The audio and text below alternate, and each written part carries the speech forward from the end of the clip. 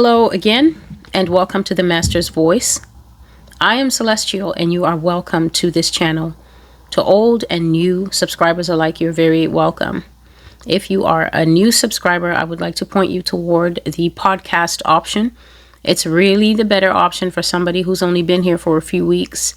And the reason for that is because there's a lot of information that's here. It's getting towards 1,000 videos that I have made in the last 6.5 or 6.75 years, with the result that sometimes it can be a little confusing. There's a lot that I've covered, but the blessing in that is that everything on the Master's Voice is absolutely connected. Every prophecy is connected to the other one, but because it's going to take you time to figure out what order what comes in. And also you might hear some supposedly controversial or supposedly provocative things, meaning that they might shock you, they might scare you, they definitely are going to discomfort you if you've never heard this kind of message before. And so it helps if you're able to follow some kind of cohesive path, and it's easier for you to do on the podcast. I'm not stopping you from watching videos. If this is your first, you're welcome to watch before you decide that you want to try out the podcast. I'm on Apple Music, I'm on Spotify, I'm on SoundCloud, I'm on Listen Notes, I'm on Odyssey, I am on Audible. The Audible app does carry the Master's Voice Prophecy Blog podcast. There is, I think Amazon Music is something that we got, and also YouTube Music. So there's a lot of big options that you can find. Or you can even follow on the small RSS streams that just pick up Master's Voice and play them. Just type in the Master's Voice Prophecy Blog podcast, and there's a host of options, and everything is free. This channel is free. The Spanish language channel is free. All the other ones that we're translating is free. There is no Patreon. I'm not charging anyone for anything here because this is the Lord's word. I've been keeping God's messages since, I would say, 2012. Prophetic messages, but God has always been one who communicates with me in words, in dreams, in visions. This is when I'm awake and I can actually see what the Lord is showing me, or I can see what he's saying as he's speaking. And the reason for that is that God has prepared me to prepare his church for the time period that we are already in, known as the end times. We are at the beginning portion of what the Bible talks about in Matthew 24, in Mark 13, in Luke 21, and also in the book of Revelation as the end time period. A lot of people want to dispute that, but that is because a lot of people are not prepared for what we are going to see, and some of us are going to live through in its entirety. People don't want to believe that it's the end times now because that forces them to confront themselves. It forces them to confront how they choose to live. It forces them to confront what they prioritize. It forces them to confront the past that they have, that up to perhaps the moment of hearing someone preach against that past, they weren't ashamed of it. A lot of people walk around to say that's the life I've lived. I'm not ashamed of my past, but you won't be able to carry that attitude into the judgment of the Lord Jesus Christ. When you stand before Jesus Christ and your life is no longer your own, when all your rights have been taken away, and now Jesus is going to assess the life you lived, that includes the past that you claimed you weren't ashamed of. That is when most people will wake up and realize that repentance was the free gift of God, but it could only be utilized now, while we are alive, in the body. Now is the one chance that you have to look at who you are and to make a final resolution, to revise who you are through the power of the cross, the power of the blood of Jesus Christ, and come to a full knowledge and saving faith of the Lord Jesus Christ. So, this prophecy was published in a short form on the community page of the Master's Voice Prophecy Blog because that is one of the ways that I've decided that it will help me keep abreast of the messages that I am receiving. There was at least 2 prophecies that are equally as pressing, but if I get this one done, then I can start to go backwards through the one that I got on November 22nd and back to the one that says it will start in Polk County, which I still haven't done yet. So the title of this prophecy, November 24th, 2025, is the date that I received these dreams and these communications from the Lord in my sleep and also when I woke up. The title is Reduced to the State of a Child. Reduced to the state of a child. A most disturbing dream that the Lord gave me. But let's look at the banner scriptures first. The first banner scripture, there are 2. The first banner scripture is this: the rich rule over the poor, and the borrower is slave to the lender. And that is Proverbs 22:7. The rich rule over the poor, and the borrower is slave to the lender. And this is just basically the book of Proverbs looking at the dichotomy of money. Ostensibly, some would argue and tell you that money is available. Money is just a part of the society, and money is there. Whoever wants money can have money. If you work hard enough, and if you put your back into it, and if you stop complaining so much, and if you just, put in the effort, you can have money. That's what people say. But of course, that is just sort of like advertising for a utopia that doesn't exist. In real life, it matters where you start from. It matters if you have a head start. It matters if you have a 2-parent home. It matters what part of the world you live in. Do you live in the global north or do you live in the global south? Because the global south, until now, hasn't had much agency in the way that it developed. The global south is rich with resources, but they don't really have much autonomy over their resources. It's only now that they're starting to have a renaissance that was once crushed in the 1950s and the 1960s, when these nations were newly winning their independence from colonization. Their trajectory to success was somehow strangely cut short because all their revolutionaries kept dying in assassination plots. And it's taken this long, 70, 80 years, to reveal that those plots were coming from the global north, who were not satisfied with the type of leader and the type of ideology that was shaping newly birthed countries. And so it does indeed matter where you start from. And access to money is not as simple as an economics class or even a politics class or even a law class. Even a banking class might make you think. And so the Bible, at least, understands the imbalance because the Bible is always honest. And that's because the Bible is the Word of God. And the Word of God, Jesus Christ himself, is who it is. So the Bible tells us that in this world, we do have those who somehow have better access to capital. They manage to build that capital into wealth. Having capital doesn't necessarily mean that you're wealthy. You have to be able to steward wealth. You have to be able to hoard it. You have to be able to guard it. And you have to be somewhat ruthless to actually have a fortune and multiply it, make it grow until it becomes something like a blade that cuts into the environment, and not always in a nice way. Not always in a nice way. I have a little bit of a sore throat, but I will get this done. So there's a power imbalance. There's a money imbalance.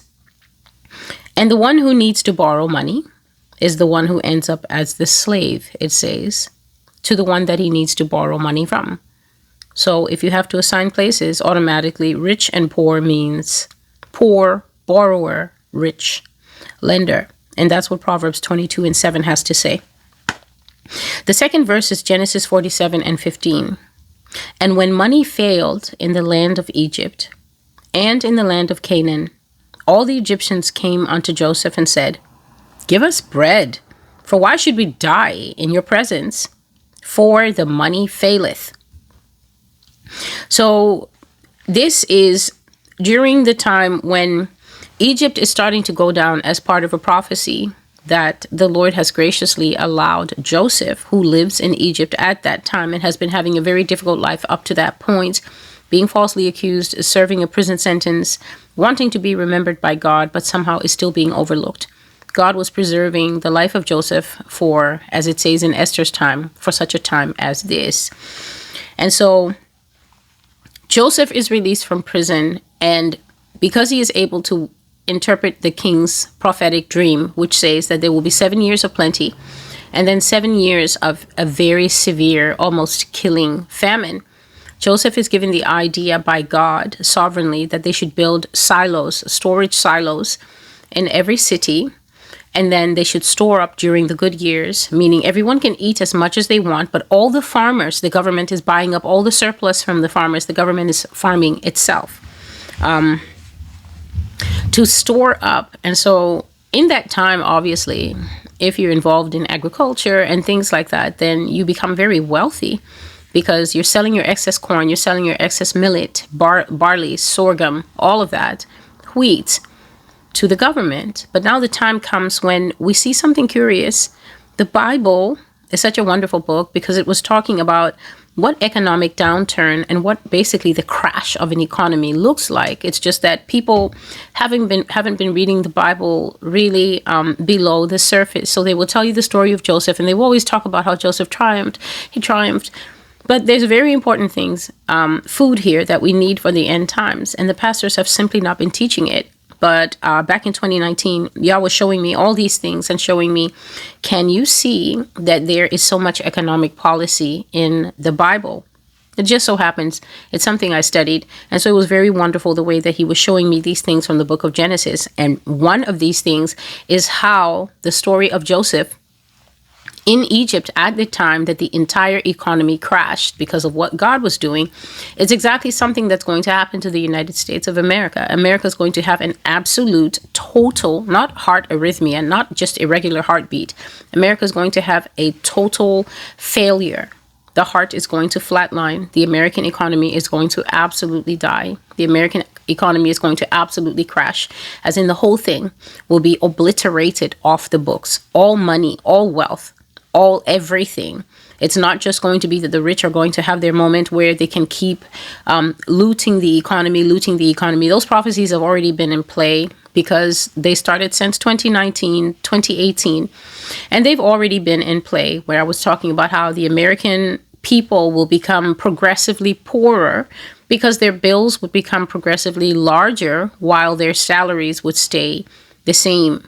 God showed me that America was going to have a huge economic downturn because he says that a people this fat, a people this puffed up, a people this proud, you have to dry them out. And one of the ways that he was going to dry out Americans to break the rod of pride that exists in this country is through hunger.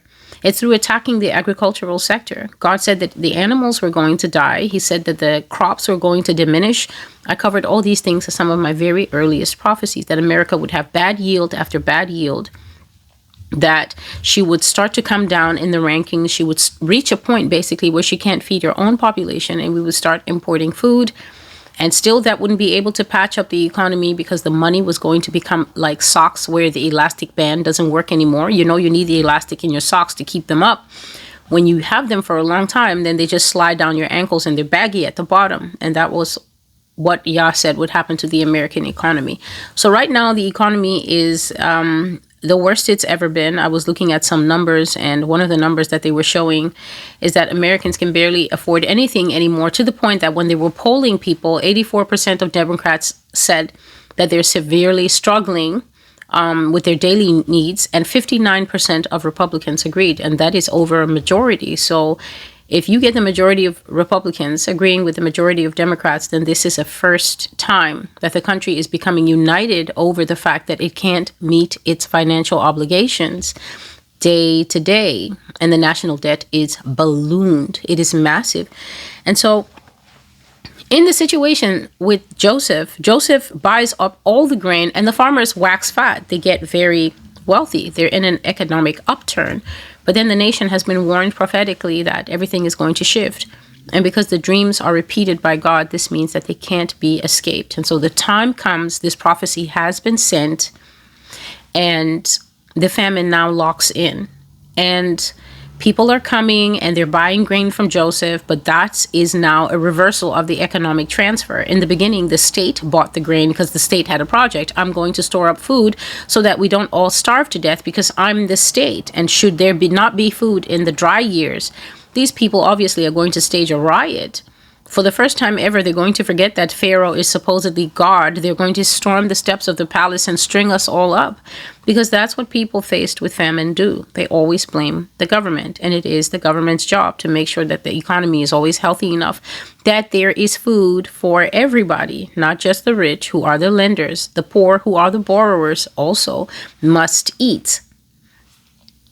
So money transfers from the state to the farmers. The economy is robust. Storage is happening. The project is underway. But then the time comes now where the farmers are at the mercy of the sun that is merciless, because now drought has come. They're at the mercy of the sky, which is now dry. There's no rain. And so they do keep planting, but the yields, as the dream shows, are withered and small and thin. And before long, The ground is giving back nothing because there's no rain coming. You can't grow without rain. All you have is sun. You will get dust bowls. And so the silos are cracked open, and the government now begins to sell grain. And the grain is available to everybody, and everybody comes. But then eventually, as you know, because you have the poor at the bottom and you have the rich at the top, eventually the people at the bottom start feeling the pinch more. And soon they're out of assets. They don't have any sheep anymore. They don't have any goats. They don't have anything. And so those people will go into bonded servitude, which is basically you sell yourself and tell the government, I'll work for you for free. I'll work for food. And we've seen those signs in real life. We've all seen those signs when an economy is really bad, using America as an example. You see people sitting on the street, homeless people. They've now, because they're at the bottom, they petered out. They have nothing left. They don't have a house anymore. They don't have a car anymore. They don't have the economic buying power to be able to hold on to assets like a home, like a car, because even though everybody says, oh, these things, a house is a liability, a car is a liability, not when you're driving it to get to work to earn a living, not when you're living in it so that you don't stay on the streets. These are basics that you need. But people at the bottom, the people who have less, they always lose those things first. So when you start to see the people at the bottom increasing, and you start to see the middle class slumping to lower middle class and then starting to enter into the age of poverty for the first time, as we are seeing right now in America, then it means that something is going on in the economy. And so eventually the people at the bottom can't hold on anymore. So they would always be the first to go to the government and say, I have nothing left, but I can't die in your presence. We need to eat. And so this carried on and carried on. When they say the money faileth, they basically mean that they had no more convertible goods. We don't have sheep anymore. We don't have cattle anymore. We don't have anything anymore. We've given you the title deed. In the end, the government took all the land, if you can believe it. The government took everything in the story of Egypt. That is how all the land came into the possession of the pharaohs. If you didn't know, is because of this incident that took place long ago in Egypt's history. The people gave away all the things that they had, their animals, their livestock, and everything. Eventually, they put up the title deed to their homes. When all that was gone, and they had used it and eaten up all the equity in the homes. America, are you picking up anything here about home equity and eventually losing it to the bank? When they had eaten up all the equity in the animals, the livestock, in the home, and then they would say, okay, you can have this portion of my farm. Okay, you can have this portion of my farm. It's worth this much. And then the government gives them that much money, and then they bring the money right back to the government to buy food. Eventually, everything was gone. Pharaoh had all the land. The Bible says that the only people that actually retained land ownership in Egypt at that time was the priests, because their land was sacred. Their land was a gift from the government. And the government also provided them food because that was the religious ecclesia. But everybody else went completely bankrupt, and then completely house-rupt, and then completely animal-rupt, and then eventually land-rupt, until there was nothing to give except themselves. And then they came to Joseph and they said, well, we're here to be indentured servants, which means servants that work under a bond.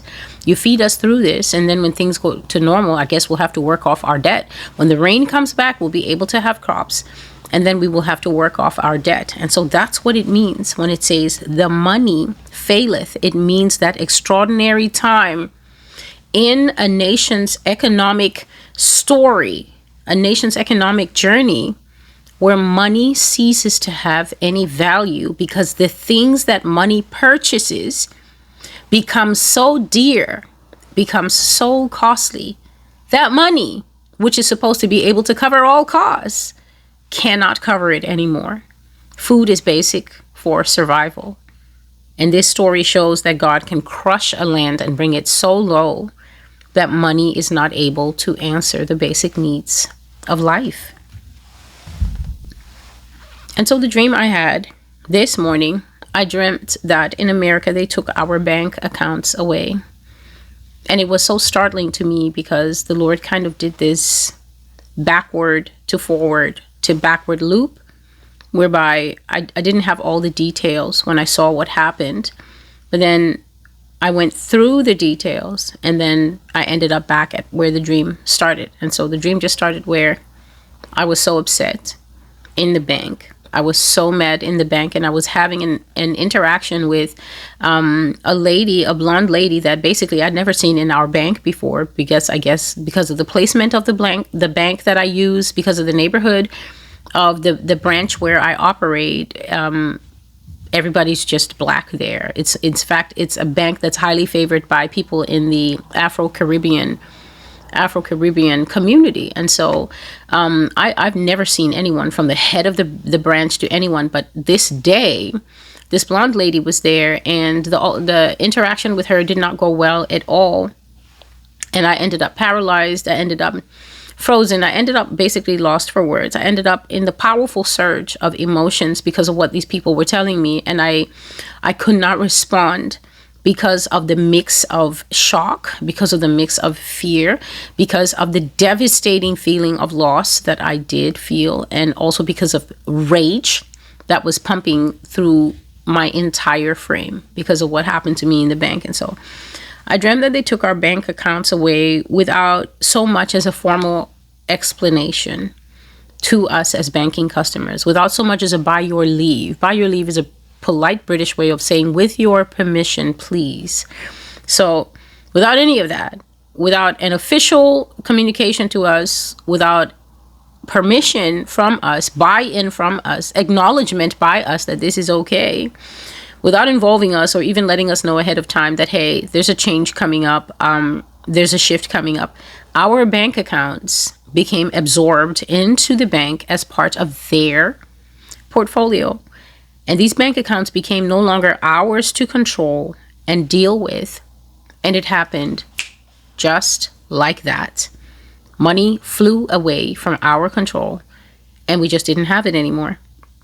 In fact, they took our bank accounts away with threats of force and violence, at least in my case. And it's because when I went to see about what was happening, I was belligerent. I didn't go there belligerent. I went there extremely wary, or wary, W-A-R-Y, which basically means to have your backup. It's when you go on a walk with your dog and all is fine, and then your dog either smells a chipmunk, but usually a chipmunk is a friendly smell, and your dog will just, if he's not well trained, run off barking with joy because there's something to chase. But if your dog should smell a snake, his response is different. He will growl, his hair will go up. And so I got at least something that put my back up, and it made me tense, and I decided that I should handle it right away. So I wanted to know, in this dream, as I saw myself as the dream progressed, I eventually got belligerent and very demanding of an answer. I kept insisting that I wanted an answer from these people, because if they thought that they were going to divest me of my life savings, my hard work, they had another thing coming, because I'm a private customer and you cannot just come and divest me of my savings without a challenge and without thinking that you owe me answers. And during the course of this interaction, I was threatened with violence, and this man came out with these retractable riot batons and would have bashed my brains in if I had not chosen the path of wisdom and withdrawn. And so I was shocked when this happened because I didn't know what to do. The rage that piled up in me was instantaneous. It flooded into me so fast, and it was so powerful that the only way that I could give expression to how I feel, the way that I guess my psyche and my mind and everything about me decided to deal with this, which frustrated me to no end, was just these hot, fiery tears came up in my eyes. Because how is somebody just going to reduce you to absolute paupership in a second with just some dismissive words? When I was trying to speak, after this man came and threatened me with violence, that's when the tears came, because of the way he went about things. I didn't actually sob, but you know when you have tears welling up and you're trying to keep things together, that's how it was. And I was so frustrated, and I was angry to the point that my fists balled up. And I was trying to get a hold of myself. And that's basically where God looped the dream back into. So my fists were balled up for several reasons. I was angry at what had happened, and I will explain that to you in a moment, because I said I started at one point. You know how we do movies here? They show you just as somebody's about to throw a punch at your face, and then it goes, yep, that's me. You're probably wondering how I got here. Well, that's exactly how God did it. So I'm just narrating it the way I saw it. I was threatened with violence, and I was told that this man basically told me that he was going to whip me. He didn't just say, I'll hit you, and he said, I will flog you, I will whip you if you do not leave the bank immediately. And I was so shocked that something like this can happen in a place of business where these people basically depend on us and our deposits to exist. My hands were in fists at that moment because I was shocked at what had happened. How could it happen? Why would it ever happen? I was angry at the way it happened because it got very embarrassing for me, because I was one of those people who didn't just come in and do what I will tell you the other people were doing. I was one of those people who came in. I always want to know who's the head of things, who's the assistant head of things. If I need to go to the head of things, I'm going to the head of things. It's the assistant head of things. I can deal with the assistant head of things for manners' sake, for protocol's sake. But as soon as it starts going south, I'm just going to pause that interaction. I'm going to ask for someone with more power to deal with the issue at hand. And so I stayed in place wanting an explanation. In fact, it got to the point where I was demanding an explanation, and then I got threatened with violence, which was extremely discombobulating and shocking. I was so angry that shock robbed me of words, and I didn't know what to say. My mind somehow emptied because of how suddenly everything had happened, the letter having to come in, and how bad and how quickly the interaction de-escalated into raw attacks. And I just had this raw fury because I kept thinking, what are these people telling me? And how can this happen? All my money was gone. It was erased. I mean, it was gone. It was not erased, but it had been turned over to curatorship by the bank with me as only a tiny shareholder that basically had no rights or ownership over money that me, not the bank, had saved as proof of my daily efforts.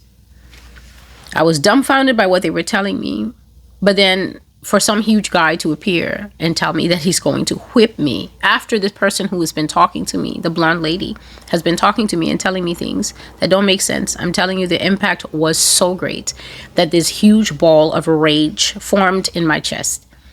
And the only way that it could come out was through some few tears and me digging my fingernails into my hands to try and keep control of myself. So let me spin back to the beginning. I got a summons to the bank, either an email or a letter, something. It was something, I don't know.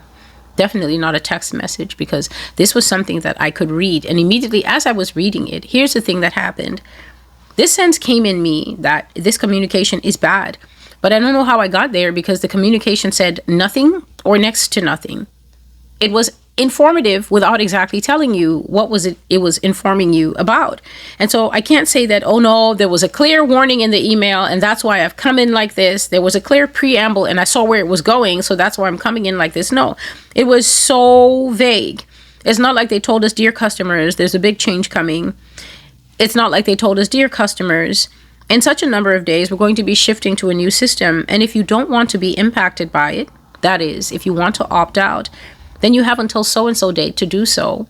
And you can do this by accessing your account at the dashboard, using your secure PIN and doing this, that, or if you like, come into the branch and see us. We didn't get anything like that. So no bank alerts came to us via text. No emails that clearly stated, hello, so-and-so bank users. There is an upcoming change or announcement, and you need to be aware that we are shifting over to this.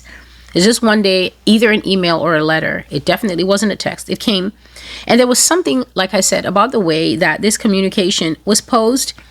The way that it was worded put me into instant annoyance. And this kind of aggressive possession over what I know to be mine, my bank account. It's not anyone else's, it's mine. In fact, I kind of felt like, and my first response, natural response, instinctual response was, I have to fight for my rights. That's what came to me as soon as I was done reading whatever it is that they sent me.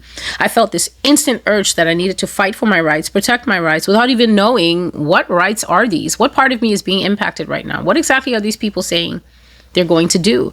And to those of you who watch this channel regularly, I looked on my dashboard and it has been exactly 11 days. It has been exactly 11 days since I prophesied this in a previous prophecy that is called the Rise of the Reich. That prophecy was on the 11th of November. So in the beginning, it says 11/11. That's the date that God gave me that dream.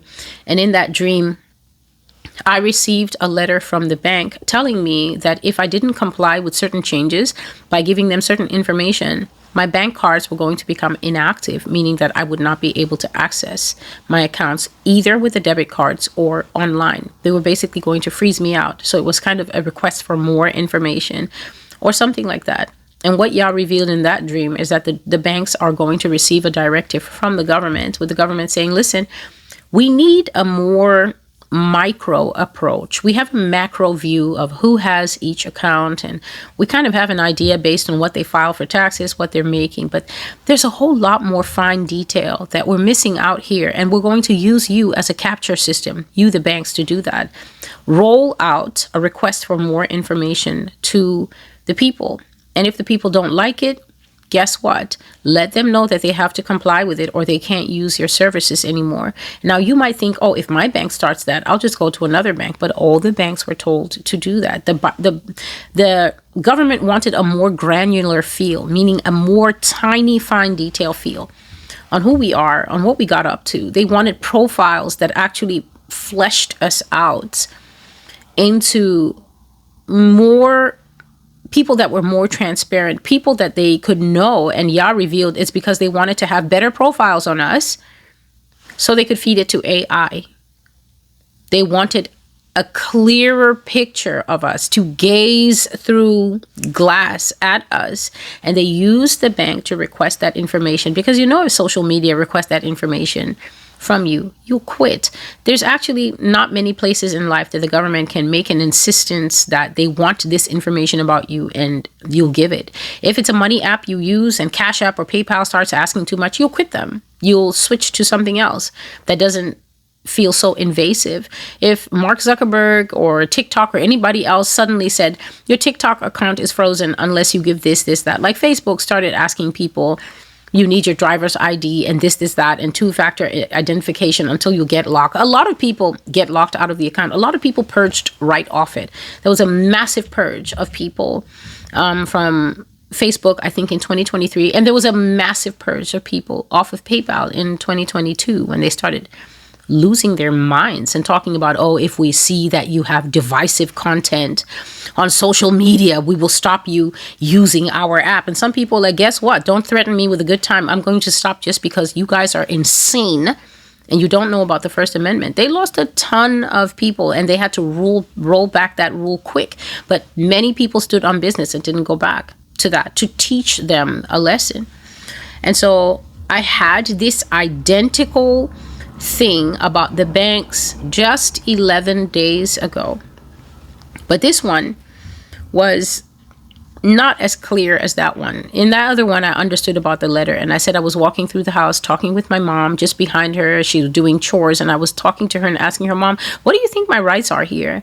What do you think my options are if I decide not to comply? If I say I'm not going to do this, what do you think that they have in their arsenal that they could do to me? The worst they can do is terminate the bank account and I go somewhere else. But then why are they asking this? And so I'm trying to mull this over in my mind in a house that is full of ICE agents and federal police. And this goes to show you how God works. That dream, where it's the first time I saw that bank letter and the house was full of cops, that was the second time that God was showing me the cops that will come and occupy American homes and say, oh, it's for the need of the state. We need to do surveillance on this street and we're going to live with you for the next 3 months until we make sure that that guy is doing drug dealing, and then we're going to arrest him and you're not going to be able to do anything about it. So he does layer things.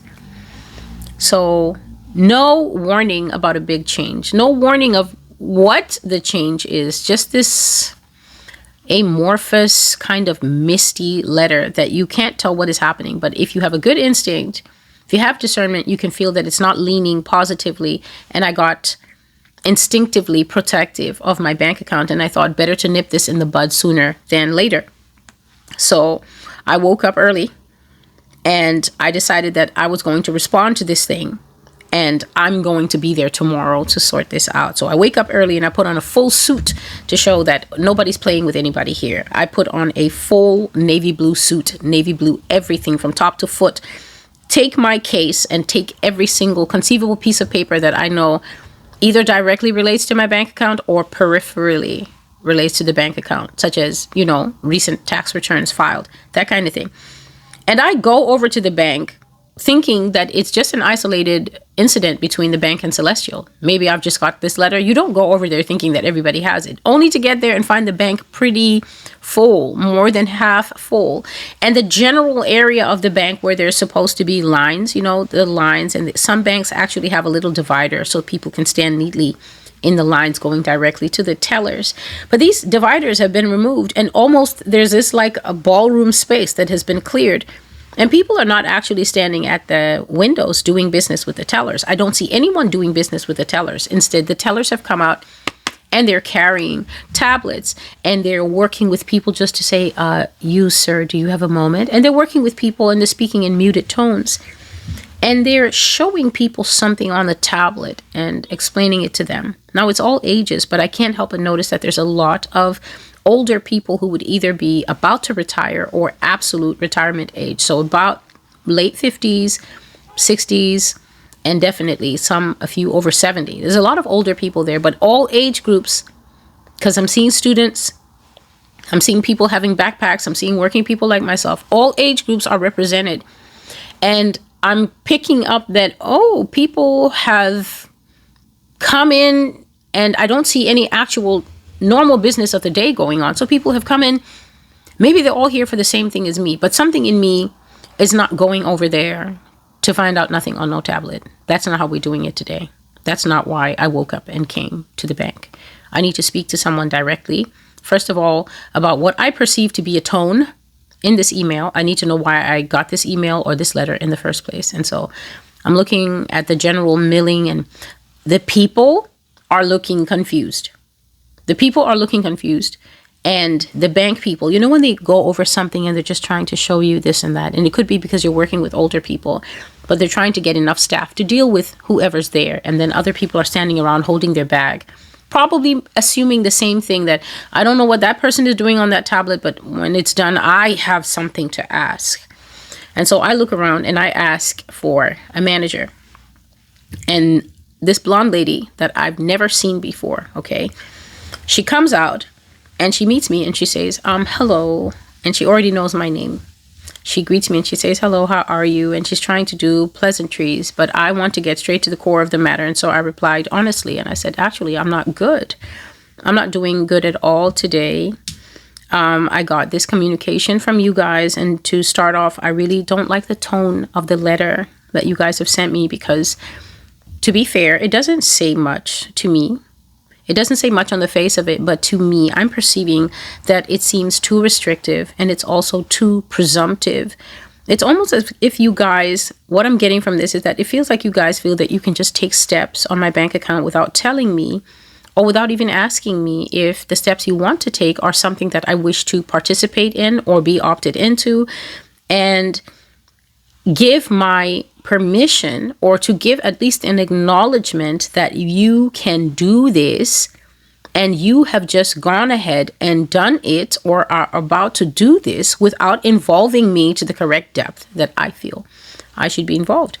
So what exactly is going on? And I want you to tell me why I'm here this morning, because I'm already there. But I'm here because I'm responding to something, but I'm not sure what I'm responding to. So I'm now passing it over to you to tell me why I'm here. What am I responding to exactly? And so this lady already sees that we're not starting off, nobody's throwing a chair, but we're not starting off like, what did you have? How was your matcha this morning? We're not doing that. And so I can see her trying to find the best way to explain to me what she's about to say. And what this woman chooses to say to me in the calmest way that she can manage is that I'm not in control of my account anymore. Not substantively. Anyway, substantively means that if we have 100% of a pie, you can get 60% or more of that pie. That is a substantive piece. Somebody giving you 30% of the pie is an okay piece of the pie, but then somebody sprinting off with 70% of a pie is not giving you a substantive interest. If you're buying something like you're buying Twitter and you have a 60% interest or even a 55% interest in Twitter, whatever's left, even if 70 people divide it or if only one other person takes the remainder, you have the substantive part of the pie. It has to be big enough to carry weight and feel meaningful. But I'm being told that I'm not in control of my bank account anymore, not substantively. Anyway, I'm being told that it will still be my name on the bank account, but the funds in it will no longer be functionally under my control. The funds will be paid out to me when I want them, after I give the bank a reason why I want the money. Apart from that, if I'm not coming to the bank and giving them a reason why I want my money, apart from that, the bank account is going to be seen as in trust. It's going to be seen as held in trust for me for when I need money or when I can prove to the bank genuinely that I have a need of money for doing something. This woman is talking, I'm blinking. That's all I'm doing. I'm blinking, I'm listening. I have to prove my need, she says. I have to prove the need for money. Then I can have my money. And additionally, she made sure to clarify this. So I have to prove that I need money, but additionally, she wants to make sure that I understand this. Being able to prove my need is still no guarantee that I'm going to be granted the money that I ask for or granted the full amount that I requested. My request could be granted if I prove my need, but it could end up being a lower amount than what I said I wanted, getting paid to me. And I'd have to be content to take what is being granted to me, or I would have to agree not to get any money at all. It was all dependent, she said, on what I could prove. I have to say that I have a need, and then I have to prove the need. Like I say, I have the need to put a family in assisted care living. And then I have to prove that the family member is sick. So that's now medical records I need to show up with. Then I need to prove that I've gone to at least 2 or 3 assisted care living places, right? Because I can't just take my family member to Sunny Meadows, which is the expensive $2,400 a month one, when there's always the $300 a month one where the food will be served by the rats in that facility. No, you have to then bring a differential to prove, oh no, I've gone to different places and I've made the wisest choice. This is the most affordable one, because then they would need you to justify, why do you want to put your family member in the one that's going to cost more money? This is not exactly the wisest use of your money. Why would you want the $2,400 one when there's the $1,500 one? And look at this one, look at the $700 one. I mean, it doesn't have all the amenities and it doesn't have everything, but then you know what are you looking for? Are you looking for wise use of the money? And then the bank begins to give you advice. The bank begins to become your unwanted financial advisor. And then we'll have the final say to tell you, after considering everything, it's really good to see that you did bring the medicals. We do see after a year that your family member has been deteriorating in health. They're not able to do as much. Motor skills are declining. We were able to see, can you imagine your bank looking in your grandma's records? Because I know some people have already thrown their coffee across the room listening to me right now. And well, you should. Well, you should. So the bank is now looking into medical records. So then where is HIPAA? Is HIPAA in the room with us? Privacy of your medical records. The bank is now looking to say, oh, yes, we can see. Oh, she got really bad in November. Yes, it's true that she needs a place as fast as possible. So then you prove that. But now you bring your preference, and then you're being told that the one mother, God forbid, or the one father, God forbid, that you have, the one grandma who did everything for you, you're earning enough to put her, or you thought you have earned enough and saved enough for this day. You want to put her in sunny pastures so that she can be part of bingo night and have the good quality food and the nurses that don't put out cigarettes on her skin. And now they're telling you that the $450 option, where the rat is the front desk receptionist, because you can't imagine a facility that low being anywhere that you would want an older person to live, right? And then they're telling you, but you know, this option seems more financially viable. So what we're going to do is, you have proven the need, but your request of $2,400 a month is very unreasonable. And meanwhile, you've got money stacked. You've got money stacked. You saved for this day. You worked hard for this day. But now they're telling you it's unreasonable to want to disperse this much on an elder. And so they're going to approve your $450 or $750 request, and they're going to skip the $2,400 option and the $1,500 option and go right to $750. And that's what you can get. And should you not want it, your request can be granted, but at a lower amount than what you said you wanted paid out. And you'd have to be content with what was granted and accept it, or you will have to agree not to get any money at all. So this is a no appeals case. When you prove need and you are approved for a certain amount, you're either taking the amount or you're getting nothing. It was all dependent on what I could prove and what I was willing to accept. Now, hearing that, I went directly to the moon. Non-stop flights. Straight to the moon. I unbuttoned the front of my suit and I put my hand on my hip like this. And I said to that lady in a loud voice that carried right over to the little bank mixer, champagne mixer a la tablets that they were having on the other side. And I said, what? What exactly are you telling me? What did you just say to me? And this woman, I guess she was anticipating such a response. She was patient enough to repeat everything that she said, that there has been a shift, that I no longer am the substantive, meaning the meaningful. I'm not even supposed to be, listen, you're not even the substantive controller of your bank account. You are the sole mio. It's only you.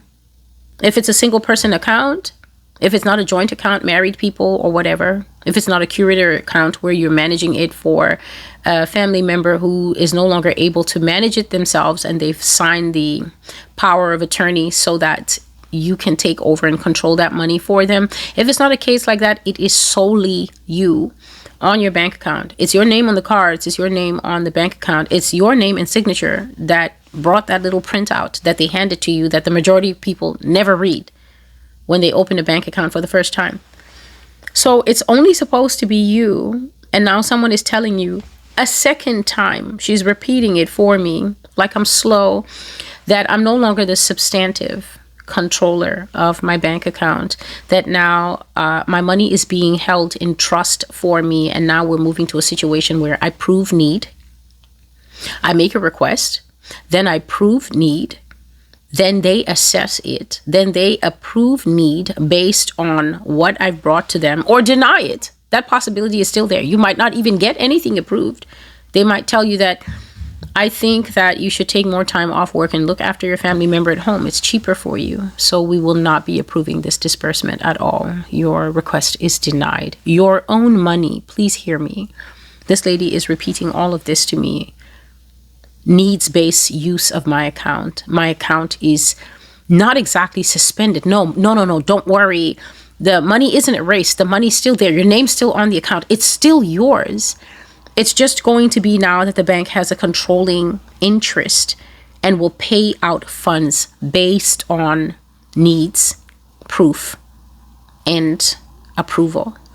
So my breathing is getting heavier as this woman is talking to me, because you know how sometimes somebody's explaining something to you, but the first time you're in some kind of suspended disbelief. But then when you come back to yourself and you're now listening very keenly, you're able to skip ahead of this long 3 to 5 business days explanation they're giving, and you just get to the core points and you know what they're basically saying to you.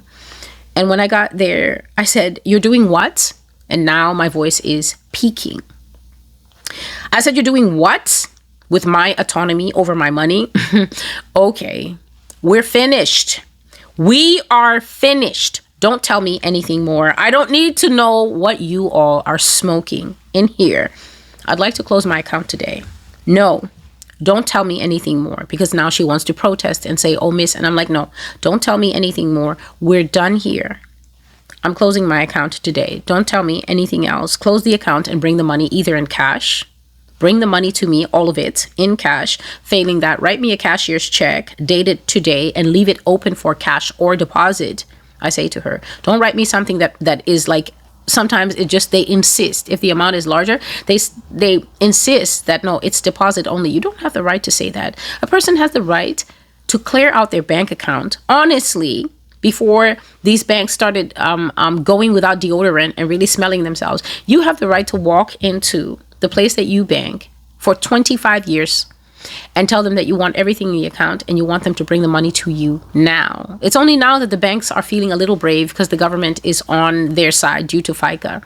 But you have the right to ask for your money, that your money be brought to you in Scrooge bricks if you want.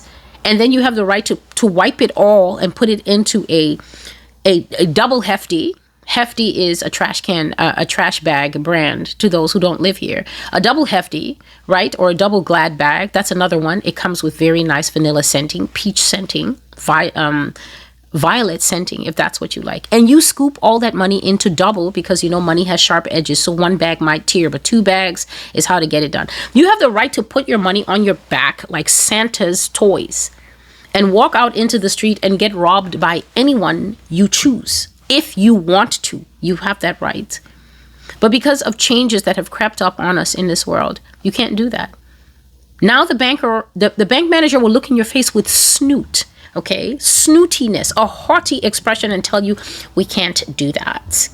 We need about 3 days. Is it my fault that Jerome Powell has all the money and we all know that the vault is dry? The vault has $3.99 in it. They don't have money. That's why if you're making large withdrawals, they need those days to go and beg Jerome Powell to please give them actual money so that they can bring it into the vault to guarantee the fact that you want $39,000 by tomorrow. That's why they make you wait those 2 days. They don't have a cent in there. There's just lint and the songs of when America used to be great and actually have gold in the bank vaults. There's nothing there. So when I told this lady that I'm not interested in any more back and forth, no more conversation, close my account, and either bring me all the money that's in my bank account, please, or give me a cashier's check and don't limit it to deposit only. I want to be able to cash the money at the next institution if I want to, or deposit it. I need that option when I go to the next bank. And this lady has this pained expression on her face, like someone who's thinking, ooh, because they know that there's more bad news. They know that they haven't told you anything, and now they're thinking of the best way to make a bad situation even worse. And then she considers for a moment, and then she realizes that either way she has to tell me. And she says, Miss, you cannot close the account. You already have the account here with us for a number of years. You can't close it, which is a very poor way, I thought, later when I actually found out the truth of what she was saying. That was a very poor intro to what she went on to say, because then I told her, I can close the account. I am the account holder. It is my account. I don't have to bank with you. You can't hold me hostage. I have a contract with you that I've read, and my contract says very specific things, including my right to terminate this relationship at any time I choose if I want to. And I said, right now, I want to. So I'm not sure what is this that you were telling me. Again, I'm saying close the account and give me my money in cash, or give me a cashier's check that is open for deposit or cash at the next institution. My voice is clear. I'm no longer yelling, but my voice is clear. And it's carrying over that floor of customers and staff with the tablets, to the point that people are now losing interest in whatever the staff are trying to point to and explain to them. So you see, and you know, they're just swiping left, lying to those people about how they're taking their money. And the people are losing interest in looking at this thing that already isn't good, especially the older people trying to keep up, because they're just trying to think, young child, what are you telling me? Because I'm here, but you're trying to tell me something like I can't have my money? Is that what you're saying? People are losing interest in that interaction, and they're now starting to look over to where I am, because I'm very clear. And they've taken me, like I said, none of us are at the teller windows, but there's one teller always at the end that doesn't really have glass. It's almost like the post office, but without glass, where There's a table there, and sometimes they sit you there, and because there's no glass, you can just have a direct interaction. So I've been taken to that one where the lady's not behind there. Another teller, a black teller, is behind there, and the lady's on the side talking to me. And the fact that people were looking, it didn't concern me one bit, because I'm here, and now that I have the full details, I need this thing resolved as soon as possible. And the lady tells me again that I can't close my account. She says that it's frozen. Just a moment, please. So she tells me I can't close my account because my account is frozen. I said, how is the account frozen? She says, yes, ma'am, it's frozen. And then I said, no, has there been some type of fraud on the account? Has my account been hacked? Has there been some type of fraudulent activity on the account whereby you had to, you had to freeze it? And then if you did freeze it, how come I wasn't informed of this? Because there's no unusual activity that I've seen on my cards, on my phone. I haven't gotten an alert about this. So is there fraud? Before she can answer, I move and I say, is it because of tax from the government? Because if that's the case, that's not true. I'm fully paid up and I have paperwork here with me to prove it. And I just lift my portfolio case with me briefly. I wave it. I said, I have paper here to prove that there's nothing that would upset the government. And then she says, no, all accounts are frozen. No movement on them is allowed. The order is coming from upstairs, but also outside the bank. The bank is complying with a direct order to freeze accounts until further notice. No account can be closed until further notice, and this is how it will be until we know more. We cannot make changes to anyone's account until that time. It's not just you, and we cannot comply with your request to close the account and withdraw the money. By this time, I start again telling the lady, listen, I'm a private customer, okay? I came in here and I was in a private contract with you. That contract with you does not include the government. Now, I understand that you are a private institution, but you have to comply with public laws. You do, because banks are founded according to acts that run every country. So I said, I understand that you have to comply with public law, but however, your compliance with public law is basically what allows you to stay open. When it comes to me and you don't give the government access to my bank account unless, of course, there's a court order to do so. You don't actually pass details about me. I'm telling them all these things that basically everybody should know so that they can do their own advocacy when the bank starts acting up on you. I said, even if you have to comply with government law, that doesn't give you the right to unilaterally alter the terms of the contract that exists between me and you. That is a private contract, and I have to be informed if there are any changes to that contract that is affecting the object in question, which is my money, my savings.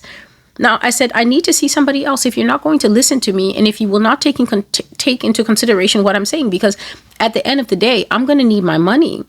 I'm not leaving without my money, and nobody's going to hold me hostage in this bank over it. Then this wicked woman, her face kind of, when you get a face like an idea, when a person thinks, okay, this person's finally coming to the table. She's finally coming to the table. We're going to see some progress here. Finally, the light has dawned. This woman has a look on her face like light has dawned on her. And then she says, okay, I have somebody who will be able to, I have somebody who will be able to speak to you over this. Just a moment, please. Now I'm waiting while she goes to the back. People are still looking at me curiously, but slowly they're starting to go back to the tablet. And then this woman comes back with this huge guy that's moving like a tank. Like this man covers the distance between the back door where he comes in and the distance between where I'm standing in next to no time. As he's coming, I notice that this man is so huge and so bulky that he can barely fit into the black suit that he's wearing. And as he's coming, he's unbuttoning the front of his jacket, just like I once unbuttoned mine earlier in this conversation. He's buttoning the two buttons in the front of his jacket and coming up on us fast.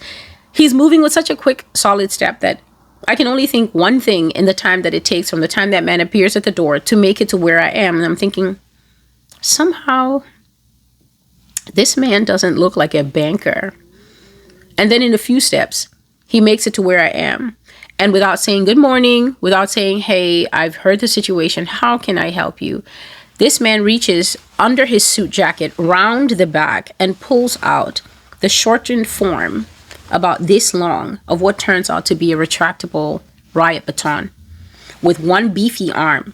He whicks it, and it basically opens itself up.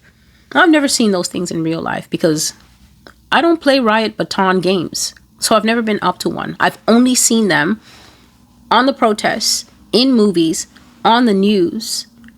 But now I'm looking at this thing in front of me. This man has opened this thing with one whack of his meaty arm.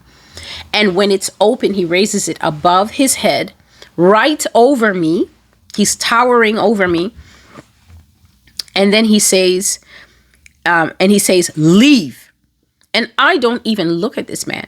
I just look briefly at him, and then I look at the woman who is standing there so calmly looking back at me, and the black teller who is just standing there now, frozen. This person is standing inside the booth that has no glass and has a tablet. So this is clearly one of the tablet people that is standing there, I guess, as a witness. They always do their mess in twos. And I said to the lady, what? You think this is the jungle? Are you proposing now to whip me in this bank over my own money? Are you crazy? And this woman keeps a peaceful and serene expression and doesn't say a word to me. Meanwhile, this guy whacks the air one more time with the baton. And you know that baton is a little springy, right? That's so that the end of it will give you a welt that will take 3.5 weeks with ice and prayer before it goes down.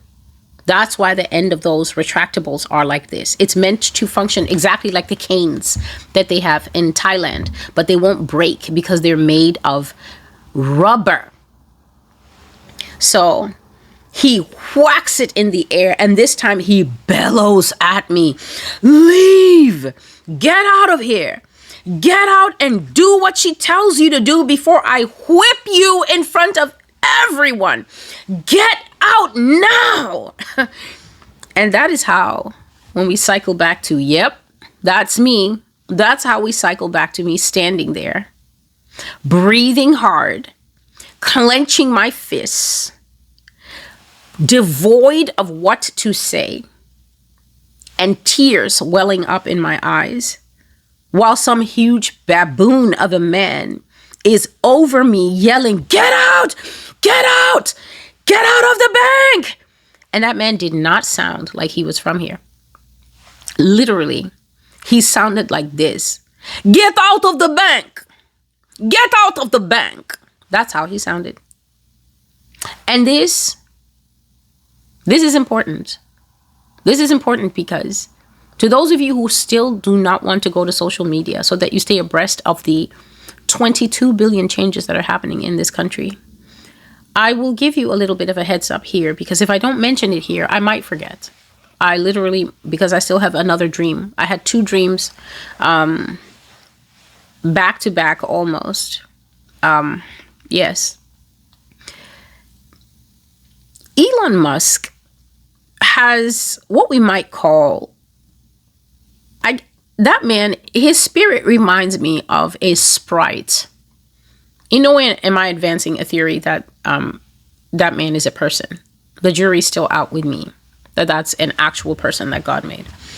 But when I say the spirit, the aura, the way he does things, the way no adult male, especially one that's not that has procreated multiple times, no adult male should be going through life with an aura like all he does is prance around like an elf, sowing sprinkles of mischief and sowing sprinkles of poison ivy and putting it in people's underwear, you know, laughing about what that would be like. No grown man should give off that type of vibe, but that man strongly projects that vibe. Like if there's any mischief to cause, Elon Musk wants to cause it and take pictures to remember it by. And so that man, this is the beginning of a new week. So he did that last week. He released an update to Twitter that lasted a few hours and caused a huge commotion. He disabled it. Everybody knows that it was him who did it. He's the only person that has that kind of power to roll out that kind of update. He let it have its mischief, and then he rolled it back. What did Elon Musk do? Elon Musk added an update to Twitter that would allow all users to see where every user is based and operating from. I'll say that again. Elon Musk added an exposure update to Twitter. You know the information when you sign up to Facebook? It will ask you, where are you? Where are you right now? And then you can say, I'm in New York. That information is not available to other people on the interface. You could be anywhere in the world. You could be in Tokyo. You could be in Florida. You could be anywhere in the world and set up your Facebook page. And all people see on the front interface is what you want them to see. They don't see your birthday if you don't make it public. They don't see any of your school information, marriage information. You can make all that stuff private if you want. And they definitely don't see where your page is based. Elon Musk added an update that involuntarily revealed all that information. America, did you know that the Department of Homeland Security, that would be the same Department of Homeland Security that Kristi Noem, cowboy hat, Kristi Noem, right, is in charge of? That's one of the most public branches of the government right now because of the snatch and grab, disappearance mode of operation of ICE, Immigration and Customs Enforcement. Do you know that they're based in Israel? Did you know that? That a government page, Department of Homeland Security, is operating out of Israel. But that's not all. Multiple government agencies, U.S. agencies, for a series of hours were revealed to be operating out of Israel. And there was nothing that the Israel-based U.S. government pages busy tweeting, we're going to keep the homeland safe. It was coming out more like, we will keep the homeland safe. Yeah, it was coming out in a different accent. Those pages are not operating from America. They're not based in America. All these propaganda videos of putting South Americans in vans, of putting South Americans in white shorts and white t-shirts and chaining them behind their back and making them bow down to the ground like it's an ISIS video. All of that is coming from the home of Mossad. Multiple U.S. government pages exposed for a couple of hours to be operating out of Israel. But that's not all. It was exposed that literally thousands of people who are tweeting MAGA stuff all day, do not live in America. Some of the accounts are run by children. A lot of the accounts are completely based outside the country.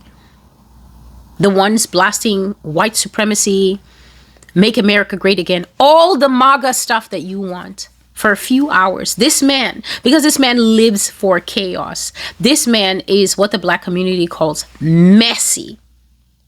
That word that they like to use, right? That's Elon Musk.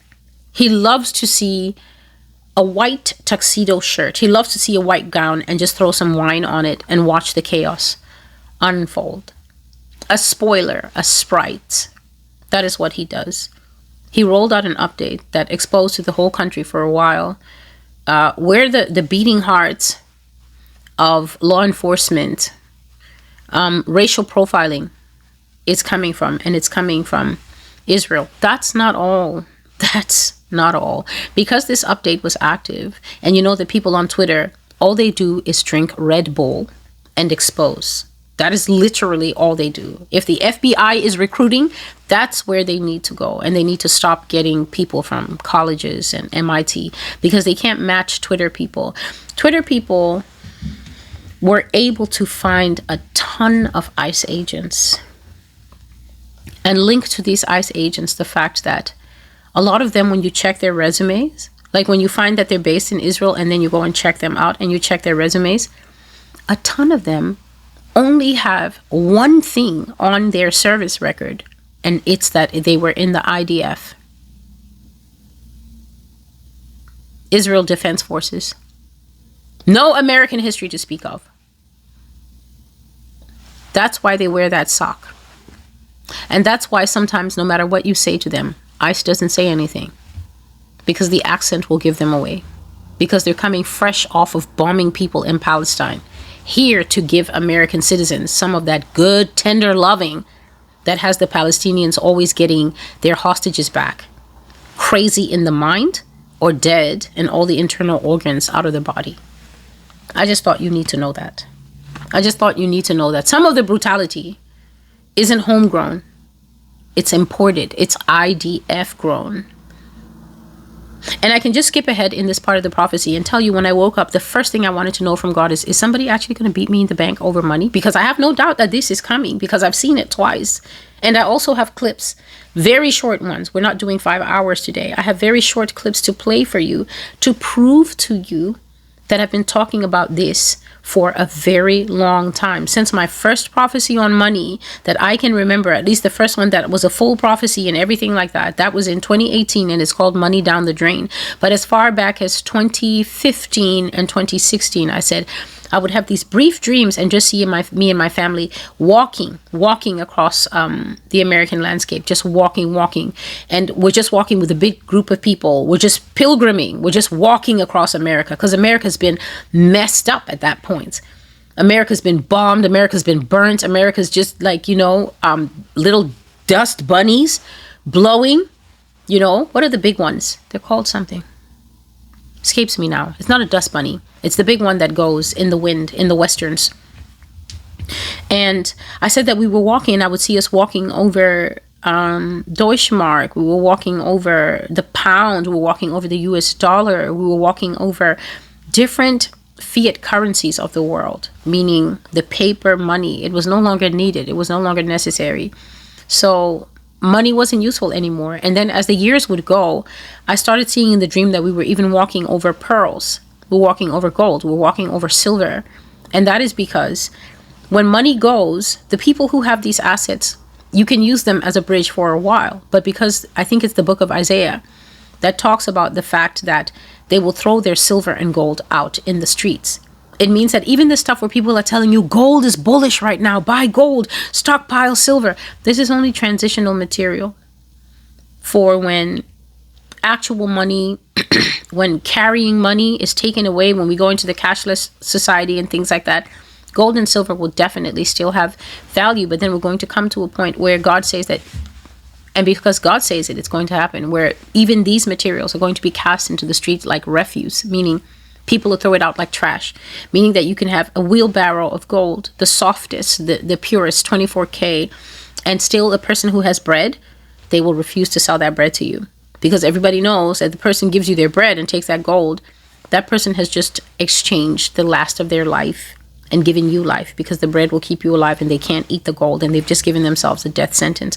So once we get to the point where gold is not worth bread, the way it was in the Bible in Genesis, where the people told Joseph, it doesn't matter if we still have land left. We can't eat the land. We're dying. So take the land and even take us as servants, but give us food. Because why should we die in your presence? They asked him, why should we die right in front of you? And then they said to him, for money faileth, which means that all exchangeable forms of currency is going to fail one day. But I just think that these things are things you should know. When I was asking the Lord, I woke up. That's the first thing I wanted to know. God, is somebody actually going to beat me in a bank over my own money? And he said to me, absolutely. He said that the banks are going to hire private security, and that man you were looking from is not from this country. A massive man speaking with a very detectable accent. A man who comes out and is completely, to show you that he's not affiliated with the bank. Everybody affiliated with the bank, you know that the bank is trained to de-escalate a situation. In fact, the angrier you get in a bank, if you're one of the people who do that, the angrier you get in a bank, the more the bank staff are trained to tell you, please, ma'am, please, sir, because banks just have a certain aesthetic, and screaming back, manager screaming back, is just not part of that aesthetic. But this man literally came out on a 12. He didn't come out on a 10. He didn't come out on a 2. This man came out on a 12, ready to fight somebody. And that is just what it is. And the Lord told me, yes, the bank will hire private security. And he said the bank will hire private security because, contrary to what you were seeing in this dream with the people peacefully looking at the tablet and trying to figure out, so am I poor? He said that people will storm the banks and people will rampage when this thing comes out. And so the bank will be forced to engage private security, because even if the cops come, the cops are not enough to contain Everybody who's banking with Bank of America, for instance, everybody who's banking with Citibank, everybody who's banking with Chase does something like this. And then you think that people are going to come and look at tablets. So what exactly do I get to keep? Oh, nothing. Oh, no, it will not be like that. And so he was telling me, oh, no, that man is representative of private security. The banks are going to have to take on private security to maintain order when this thing comes through. And so that is what that man did. And I tell you, I was so embarrassed. I was so angry and frustrated with this man screaming over me, get out of the bank, get out, that I had no choice. I had to get out of the bank unless he really was going to beat me up in front of all those people. And so when I woke up, I posted a short version of the dream when I had time. Just synthesized what had happened, put it on the community page, because that lets me know, yes, when you get home, that's the one, because, just to keep the continuity flowing. But then when I started writing down the dream now in full, right? Put the synopsis up and then start writing down the dream, every little detail that I can remember, new information started coming to me as I was writing it down. Because one of the things that the lady spoke to me was that I would have diminished equity, right? I would no longer have a substantive role in my own account. So when I was writing down that I wouldn't have full control of my account anymore, God was putting it into my heart like this: 33% equity in the account was to be yours, and the rest of it, the bank absorbed it back into themselves without explaining how they did it or what was the reasoning. A new act was passed allowing them to do that. And as he was talking, the date 1987 is the date I was getting. A new act was passed in this dream. He was telling me that a new act was passed allowing the banks to backdate absorbing of accounts and absorbing of people's deposits all the way back to the 1980s. 1987 stood out strong to me as God was talking. And I was just as incredulous as the rest of America, he was telling me. And that's how you ended up just as incredulous as the rest of America, to find that we were no longer bank account holders anymore. Not only that, we were reduced to the level of children who had been placed under curatorship by people that we once thought only mattered because they gave us ATMs around the country so that we could access our own cash. We thought that these people served at our convenience, but we were reduced to the level of children. Now, in fact, God was telling me that the only reason that bank lady even agreed to have a conversation with you is it has less to do with, bank etiquette, and it has less to do with civility and kindness. Oh, she deserves an explanation. God says, no, your profession is right there on the profile. They already know the clients that they're going to have to deal with that will cause a problem. Your profession as a lawyer is right there on the profile. And they knew that you would be better with standing up for your rights and personal advocacy than most people. Unlike the people who were on the general floor just listening to what the bank had to say and following their flow and looking at the tablets to get an idea of what had happened. He said that's why you were able to ask for and get access to a higher up. The bank supervisor came out and addressed you directly. But then as the Lord was talking to me, I started to see a different picture, a slightly different picture that adds just a bit more of an understanding to what I dreamt. As he was telling me, this is why you were able to access a higher up, because they saw your profession and they knew some of these people are going to be problematic. So if these ones come in and they ask for someone, this is the client, then let them in. And that's why when the lady came out, she already knew my name, because I just told the person, this is me. And then when they went to fetch her, she already knew, who this person is. But as God was talking to me now, I saw the same blonde lady come out. And she came and she addressed me directly. But this time she had very little to say. She didn't say all the things that she said to me in the dream. Oh, no, you will still have equity. Oh, no, your name will still be on it. In fact, as soon as I started talking, she just said to me, have you heard of the new law? As I'm asking, what is going on? And she just says to me, have you heard of the new law? And then I'm like, no, what law? And then she's like, we're doing this by the new law. It's not us doing this, ma'am. It's the new law. And to each of the things that I kept saying, the same things as in the dream, like, no, this is a two-party relationship. The government isn't a party. Everything that I kept saying. I have a contract. This is a two-party relationship. Why is the account frozen? I'm saying the same things from the dream. All she says is, have you heard of the new law? We're doing this in accordance with the new law. It's not us, ma'am. We're following the new law. In the dream, she only mentioned it once. She said that the orders that they were doing to freeze the account and everything, and that I will no longer have control of the account, it's coming from upstairs. But she also says it's also coming from outside the bank, meaning that it's an official government directive. And so that is the dream. And I really think that you should keep it in mind.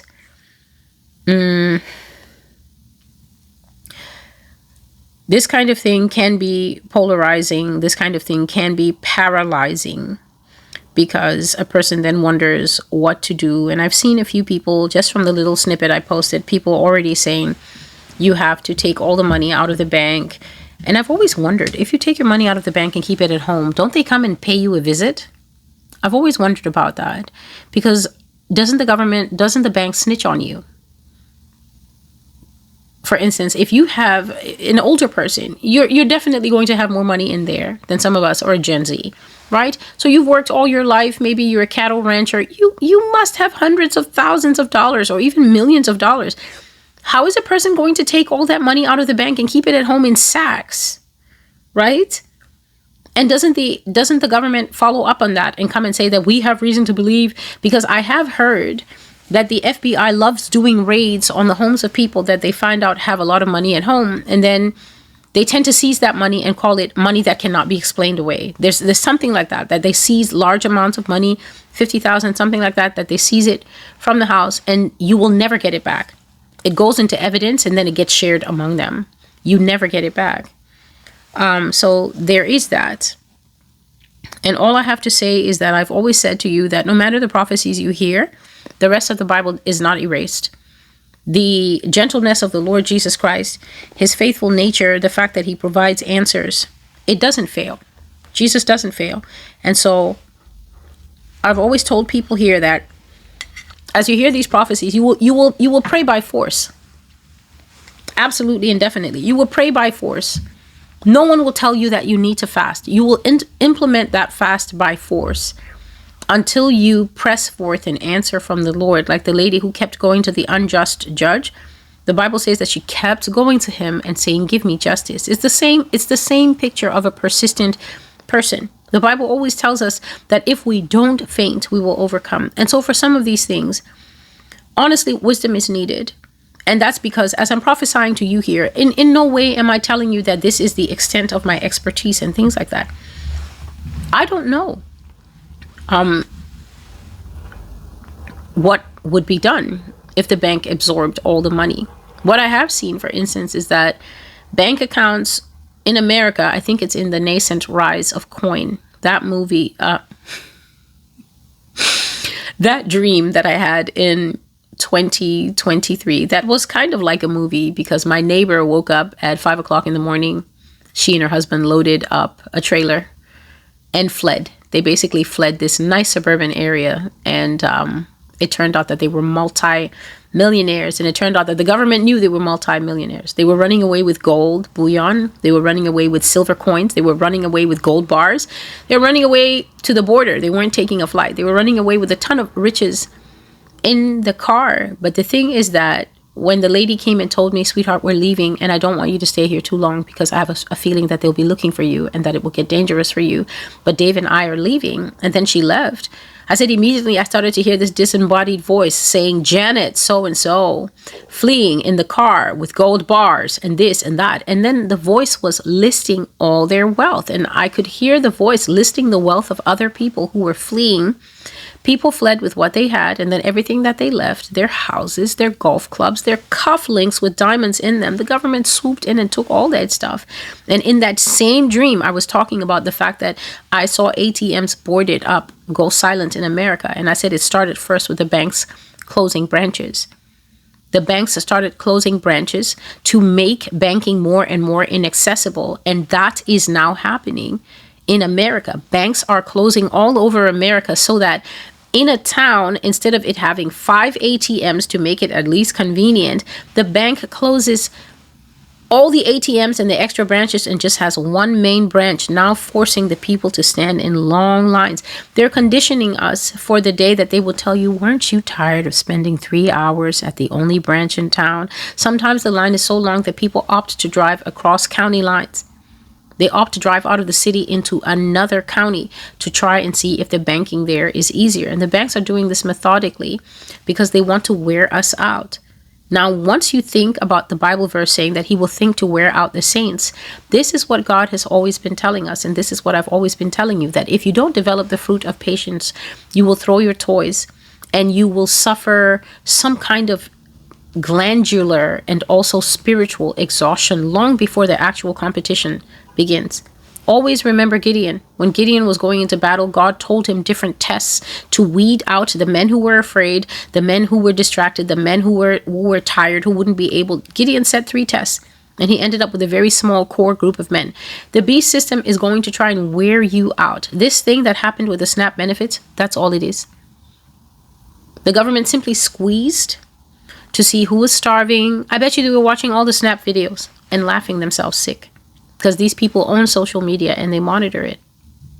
Simply squeezed the food pipeline, starved people for close to 40 days, then released it to show you that we, just the way we give it, we can turn it off. And you know that first squeeze, you know what it should have taught everybody? That if you sit around and you keep depending on SNAP benefits, it's going to get real bad. The difference between the people of God and the people of the world is that nobody's telling the people of the world this. They've been angry. They made their videos. The pump is back on. Not a single one of them is really thinking about disconnecting from it, except the ones who just naturally have wisdom. But here in the kingdom of God, that is a loud trumpet that you should never trust Pharaoh in the palace, no matter which Pharaoh sits there after, to feed you again. You should immediately turn to God's face and start to say, I never want that to happen to this household. Teach me how to activate my faith so that there can be other modes of feeding this household that do not depend on Pharaoh. Because if Pharaoh can switch it off and switch it back on again, one day he will switch it off for good. I've told you that in America, all benefits are going to go away. All benefits, I've been telling you since 2019. America is not going to pay you any benefits. You're still leaving your 401k with those people. I'm 401k less. 401k for what? For what? No. I don't believe in it. So, too bad for everybody. Oh no, they'll give me the pension. They won't give you the pension. They're giving elderly people who are over the age of 65 who are now retired, they're giving them $120 to buy food for 30 days when meat costs between $13.99 and $16.99. You do the math. Clearly, that man that I saw on TikTok and his wife, they do not eat meat. It's very clear that you cannot expect an adult male and adult female combined food benefits, $120. And then you have an adult here spending about that every 10 days to refresh food in New York City, where pineapple in the cup is $9.99. It's very clear that they're vegetarians or they live primarily on a diet of air. So people in the Bible faced the same situations. They faced hunger. They faced famine. But you see their very clear response was to cry out to God. God hears us. But most people don't know how to pray until the answer comes. But the widow is there. The widow who kept going and going, give me my justice against my opponent.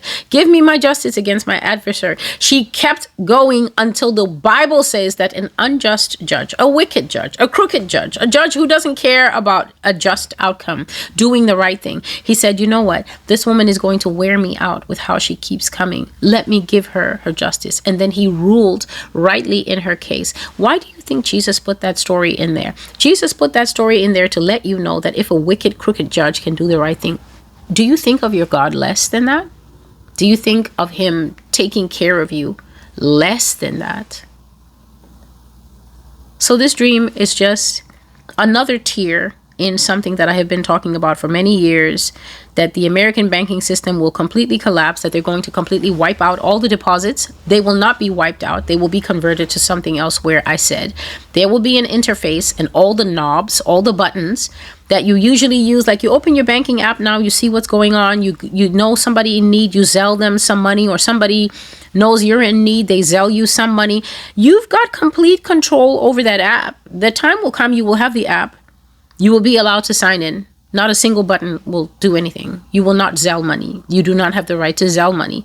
You can look at the money, but who are you Zelling and for what? And how come you didn't come and make this approval, get this thing approved? You will not be able to do anything. I said that all the buttons of the dashboard will be on the other side. The bank will do everything. You will make your request. They will look over it, and then you will sign into the app and see your request was denied. It's frivolous. In fact, it's ridiculous, and we're taking away $100 and taking 2 points off your social credit score for a nonsense request. Future requests of this kind will be docked at 10 social credit points and $150. So then you're questioning your whole life, because the money you asked for was money to take your pet rabbit to the vet. You don't want the rabbit to die. What do they mean it's frivolous? Is your rabbit supposed to die? Are you supposed to die? Requesting money for medical care, is that a frivolous request? That's how they will mess with people's minds. That is what it looks like when it says, think to wear out the saints. Because any single one of these problems I've listed so far can actually have a person in a funk for almost a month. Stressed out where to get money for food for almost a month. Stressed out where to get money for rent for almost a month. I've said that you will earn, you will work as usual, and your money will go into the bank account through direct deposit. The state will pay your rent. The state knows exactly what your rent is. Money will be directed and put directly into your landlord's account. He will never argue with you again about late rent. He will also never need to go to court with you when he's not taking care of certain things and the rats are eating your toes one by one. No housing court, unless you can literally prove a case against him, and then be like the widow and continuously continue until you get your justice. Other than that, not likely to happen. Automatic rent payments. You will have a food allowance. Automatic payment of that. I said every single debt that you have will be taken care of. You will not be able to decide and think, oh, I'll pay him when I have more, or she can wait, she's not a priority right now because I have this need that's pressing. No, you have debts, the money will go to the debts. Whatever is left after medical is paid, your copay is paid, after the rent is paid, after the internet, the Wi-Fi, all your normal bills will continue as normal. You will just not be paying them. They will automatically be deducted. That means you will never again get to do your taxes and send the IRS what you think you owe. I said that the IRS will take its money and give you what's left. Honor system out the window. We do our taxes here, and then we file, and then it's supposed to be honor system and whatever. And then if you are overpaid, the government gives you back. If you've underpaid, they will definitely give you a tax penalty. But then all of that will be eradicated. We're going into a smoothly streamlined cashless society. And this is just the first burp. Freezing the accounts, lessening what Yah was calling consumer equity. 33% for me, which means 67% for the government. They have the controlling stake. So that is the first dream. The second dream is called low flights out. Low flights out. America will become a prison. So I dreamt that people were trying to get out of the country because the flights were minimizing. American flights were drying up. There were fewer and fewer flights mandated to leave the country. Mandated as in fewer and fewer flights that were allowed to leave. And it was getting harder and harder to qualify to get a seat on one of these flights and leave the country. Now, a mandate is, I guess you could say, it's an order. It's an order, it's an executive command, or it is having the right to do or carry out an order or an executive command. Somebody could say, I have the mandate to make sure that this becomes one of the top schools in the country. It means that I'm working under an executive command. I'm working under an order. I have my orders, and I also have the requisite power that was given to me to carry out my orders. So something like that. So I dreamt that flights were becoming fewer because fewer and fewer airlines were mandated to fly in America. Basically, they were picking off the airlines from being to do international flights, being able to do international flights. They were disqualifying them. Maybe there will be a points system, and if the airline doesn't qualify for points system, then it becomes domestic only. I saw that Southwest, I don't know if they go outside, but they definitely became domestic only. Southwest could only fly in America, but American Airlines and Delta were allowed to still leave the country. So it was getting harder to leave the country because it was getting harder to find an airline that had a mandate to do international flights. And because demand was so high at that time, it was getting harder and harder to qualify. Did you hear that? I didn't say it was getting harder and harder to just book a flight. I said it was getting harder and harder to qualify to get a seat on one of the airlines that qualified to fly out of these borders.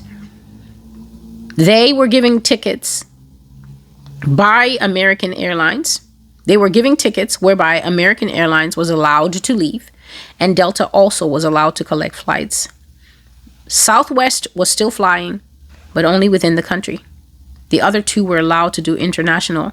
But as I saw, the flights were infrequent, and it had to be announced that one was leaving sometime in advance. Now, we're not talking about a 2-week, 3-week thing. No.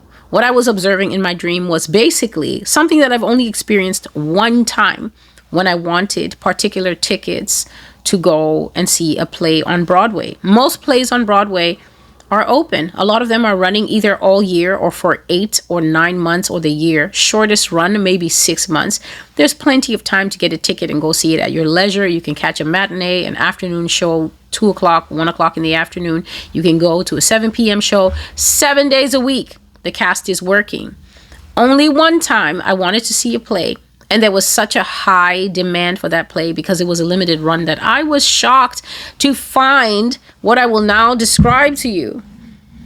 The other two flights were allowed to do international, but I saw that the flights were infrequent and they had to be announced that one was leaving. When it was announced that a flight is leaving, it usually, believe it or not, was just a day or two before the flight is leaving the country. Now, unless you're already packed and ready and just waiting like a leopard to find out, is there one that's leaving? It's very difficult for even a single person to be able to move themselves into position to grab one of these flights. So imagine if it's a family, and you will hear how tough and competitive it was. When it was announced that a flight was leaving, then you could go to the website and wait for bookings to open up. When did you last go to Southwest? When did you last go to Delta and say that I want to fly to Thailand? I want to fly here. And then you have to wait for bookings to open up. You go to the website, you immediately click, I'm flying from Delaware to Thailand. These are my dates. And then it will just give you a full manifest of there's one leaving on Tuesday, there's one leaving on Wednesday, there's one leaving on Friday, there's one leaving. I mean, it can give you up to 2 weeks of flights, and it gives you the times. So then you pick, oh, I want a morning flight. Oh, no, I want to get there when it's still daylight. You work it out. You've never heard of waiting for bookings to open up, but that was exactly what was happening. The plane websites were always packed because everyone wanted to leave America. But wanting to leave America didn't mean that they would be able to. The flight bookings operated on a timer like they do with certain rush and very high demand tickets at the theater. You go to the website, and when you click the tickets that are in high demand, right? This was the experience I had. I went to the website, the Broadway thing, and then I just clicked and I thought, okay, I'm going to see the dates and everything. It was not like that. The website had been transformed into a kind of waiting room. When I clicked, it said, hello, you are in line. And there was a whole set of instructions. You are in the waiting room. The tickets are in high demand, and so you will have 7 minutes. They said 7 minutes you will have to get in, to look at the stage, decide where you want to sit relative to the stage. Close, you can't see. Middle, you need to be high because you can't see. Whatever. You will have 7 minutes to look at that. Select your seat, move to the next page, fill in all your details, and then move to the next page and pay. They told me you have 7 minutes to do that. It said that at the end of 7 minutes, whether you haven't finished, you're about to click pay, the 7 minutes it out, it says it would instantly kick you out of the waiting room. You would have to refresh the page and go back and then click to get into the waiting room. It happened to me the first time. I wasn't able to finish everything because 7 minutes goes faster than you think, especially when you're trying to look at the relative distance to the stage and also the price point and see where you want to sit. I wasn't able to do everything. I wasn't able to click before it ended. As a result, it kicked me out. When I refreshed the page thinking I'm going back into the waiting room, it told me the waiting room is full. The waiting room is currently full, meaning that maybe they have about 20 people on the site at a time, or maybe even 100 people on the site at a time working with their 7 minutes. So now I'm outside. I'm in the streets. I'm on the corner. Okay. I'm wearing the gloves with no fingertips and holding a cup, waiting for someone in that waiting room to either fail at their 7 minutes or succeed, finish up, which means there's less seats. And then there's a line in front of me. And eventually, when the waiting room is empty enough, maybe 10 people are done, then if there's 9 people in front of me and I'm number 10, it'll push us into the waiting room. I have never experienced anything like that online. And that's exactly what the flights were like. Flight bookings operated on a timer like they do at the theater, like they do with certain tickets at the theater that are in high demand. You go to the website and you wait to get into some kind of online waiting room. When you enter the waiting room, you would find out on the airline's website what your place was in line. So you would wait to get put into the waiting room. And then when you get in the waiting room, it will tell you you are number 82. Hello. Number 82, but now you can't leave.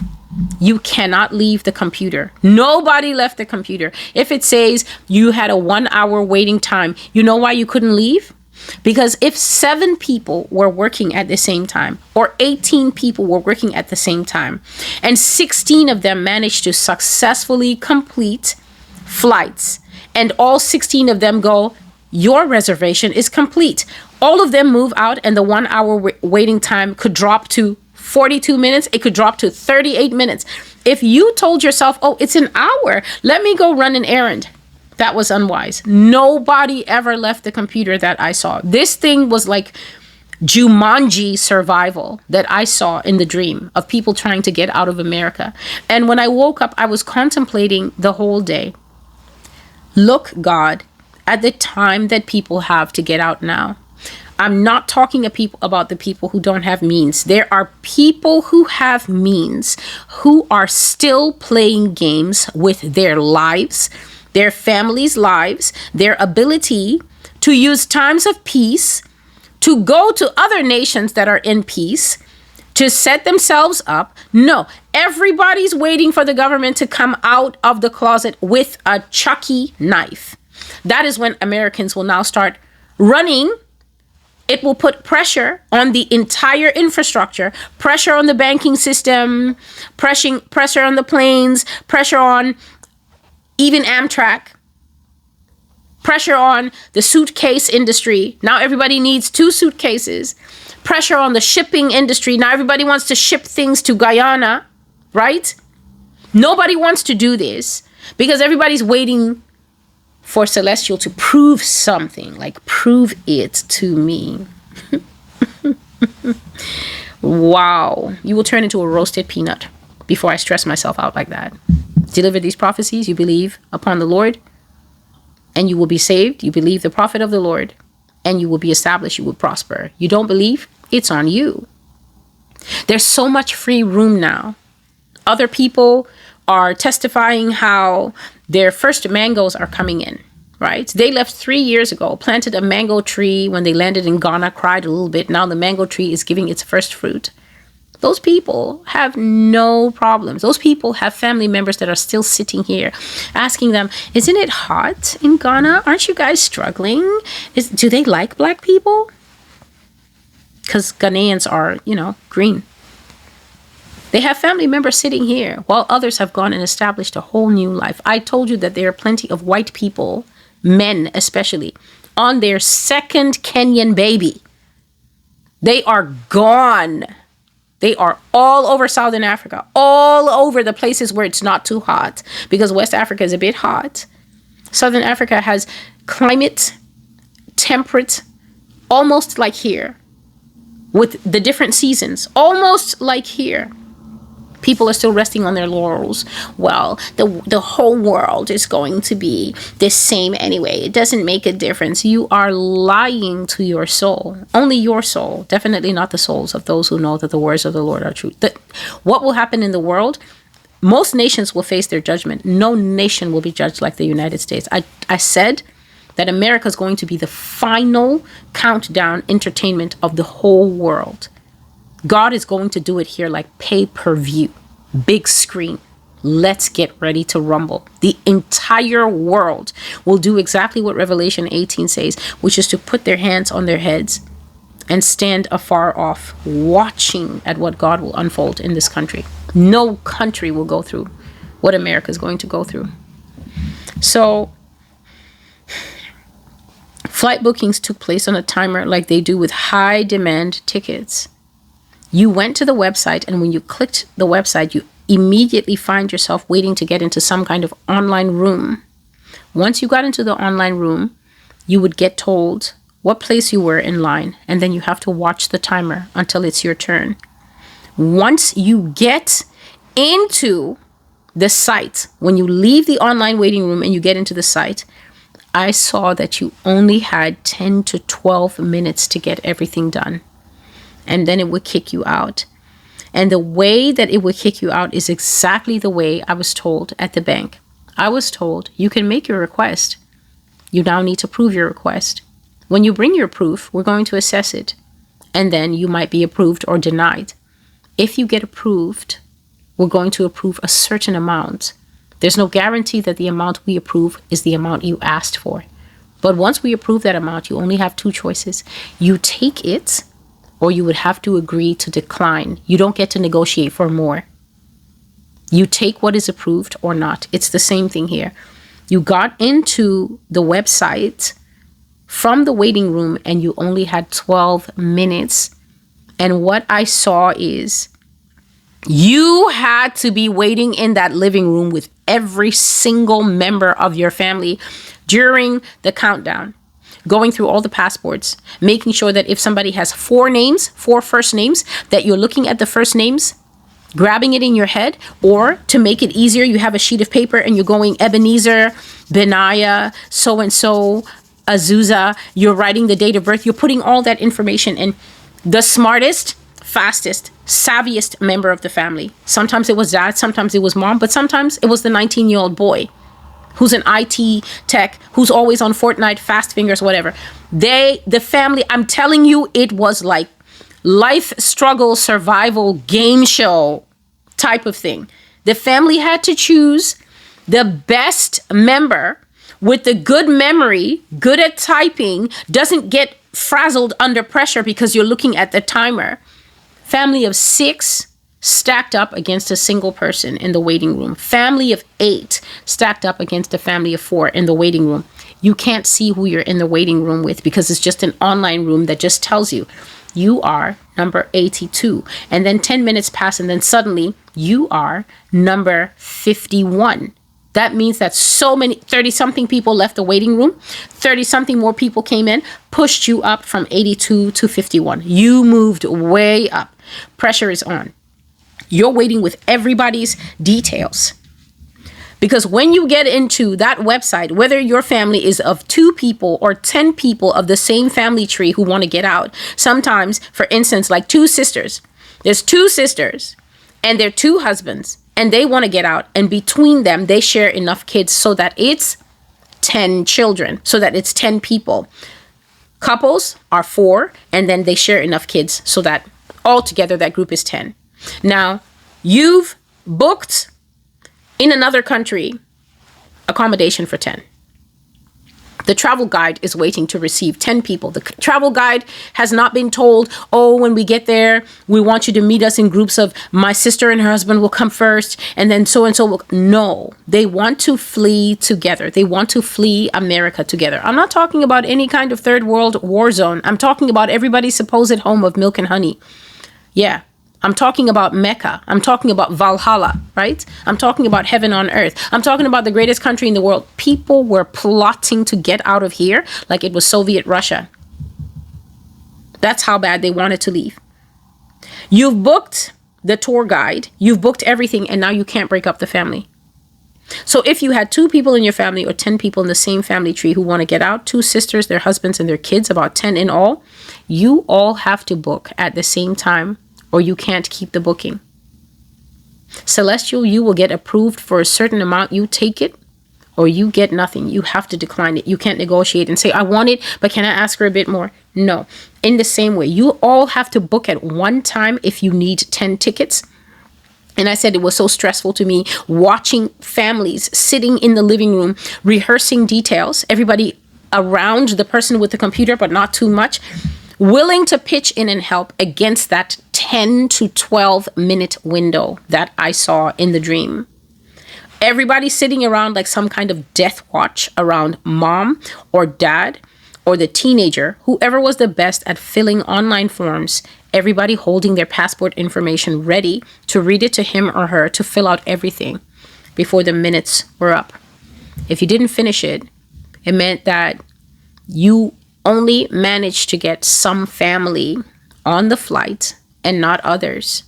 You can't fly in a broken up group when you've all booked one place to stay, one tour guide who will be waiting at the new place to take all of you. You haven't paid him enough to come and get the second group. You're sharing resources and you want to move all at once. If you were not able to get everybody on and you knew that you all wanted to go together because of pooled resources, you were forced to cancel what you booked and try again to get into the room. And I saw that releasing those seats, you got 7 out of the 10. You got 8. You got 9. But then when you were putting in Tabitha's name, you spelt it wrong and you had to go back. And that cost you time. And the thing just blanked out because you hadn't finished. Because at the beginning, you would have to put in how many people you're booking for. So the thing now knows if you've only got 9 and now 10.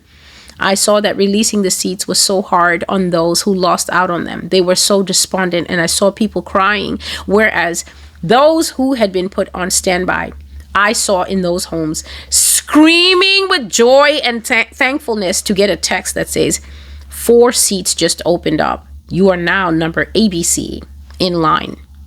You're a family of 4. So they would say, you would get a text message from the airline that you are now in the waiting room because you've clicked and it told you the waiting room is full. The waiting room is currently full. You are on standby, but now you don't know what standby you are. And then all of a sudden, if exactly 4 seats come loose, the first person on standby who's 4 seats gets a text message. That's what I saw. You get a text message and it says 4 seats just opened up. You are now number something. So you could jump families of 10. You could jump families of 6 because if 4 get loose, you could get it. However, 4 could be sitting there. And if 6 gets loose, 6 will jump the 4s. 6 could even jump a single person. If there were 6 in a bunch, they would put you in the waiting room and then you would get your shot. So I saw people happy and I saw people crushed at not being able to complete an application against the clock. When I woke up, Yah said, Celestial, they will stand nose to nose for ways to get out of here. The pressure will be immense because a lot of people will want to get out at the same time, which slows down all processes. The wiser thing would have been to get out when nobody wanted to, but that is something very few of them will do. Prepare for a crush in America. A crush is what happens when a lot of people want to do the same thing at the same time. There's always a short circuit. There's always an overburdening of the system. There's always a glitch. There's always a meltdown and lots of pain. We call that a crush because the pressure plus the lack of resources means that someone is bound to get hurt when everyone is rushing after the same thing. They did not listen. Now this is the result. And that is what the Lord said to me about this second dream. That right now, in what we call the prime exit years, and the prime exit years have been since 2021, when I brought the prophecy called Ancestry. I think that prophecy is either from 2021, when I was saying that God will start to move on people's hearts. Imagine God starts to move on your heart. You hear the prophecy, you write in the comments, I'm amazed, Sister Celestia, I'm so happy because I've been wanting to go back to my country for a while. Fast forward 2025, you're still sitting in America looking at me. You saw the prophecy, got in a relationship, you're one baby down now. Don't know where the guy is. Got in a relationship, married. He said he's not going anywhere. Why are you listening to people with bed sheets on their head on the internet? Why are you listening to that woman? Why do you believe her? Clock running down. God saying the wiser thing would be to move when there is no crush. The wiser thing would be what? Air France is still here. Air France hasn't run away because people are getting shot in the streets. Air France hasn't seen enough to stop them making money. Air France is like, we feel bad for the Latinos, human rights abuses, strength to the Latinos. But Air France is still coming here. Belgium Airways is still coming here. Air Maroc still comes here. Whoever flies with the Italian people, Qantas, Emirates, whatever they are, everybody from the whole world is still landing here. Whoever the British Airways are, I don't know if Virgin is still flying, because Virgin was kind of an underdog. But if there's Air UK still comes here. The borders are still open. All we have is the little shadow of a dictator, displeasing to the international community, but not enough to stop them wanting to come to a big market like this and compete. The day is coming. I am telling you, something is going to happen in America whereby if you offered the Italians and the other Europeans and even the African airlines, if you told South African Airlines, we will give you gold bars to fly to America, they will tell you, thank you so much. Thank you so much. But we value South African pilots. We value South African stewardesses and the stewards. We're not going to risk our people's lives going to that savage beast of a country. Something is going to happen to America. Everybody is going to decide that Disney World and all the things that we market here, it's not worth it. Something is going to happen here that will make the world look at us and say, is there a glitch? Did this happen in North Korea? Did North Korea put on America's clothes and do this? Is the news reporting correctly that this happened in America? This government is going to seal up the borders of this country. I've already said it. In fact, the New York Times reported on the same day that I got this dream. The New York Times reported November the 24th, 2025, that the president has resumed the building of the border wall. The project was stalled. I think Biden stopped it all during his years. He stopped the building of the border wall that the president has started in his first term, right? Which is 2017, 2018, 2019, 2020. Biden stopped all that, called it barbarism, paused, took the money away, assigned it somewhere else. Trump is back. Trump is renewing the wall, and it's very necessary for Donald Trump to renew the wall because there has to be a wall for my prophecy to come true, that Americans will climb that wall, whether by magic, whether by Jim Henson's sock puppets, whether by Aladdin's magic carpet. I have prophesied that Americans will climb that wall into Mexico, seeking safety from the civil war that will come here. Now, if the wall isn't there, what are they going to climb?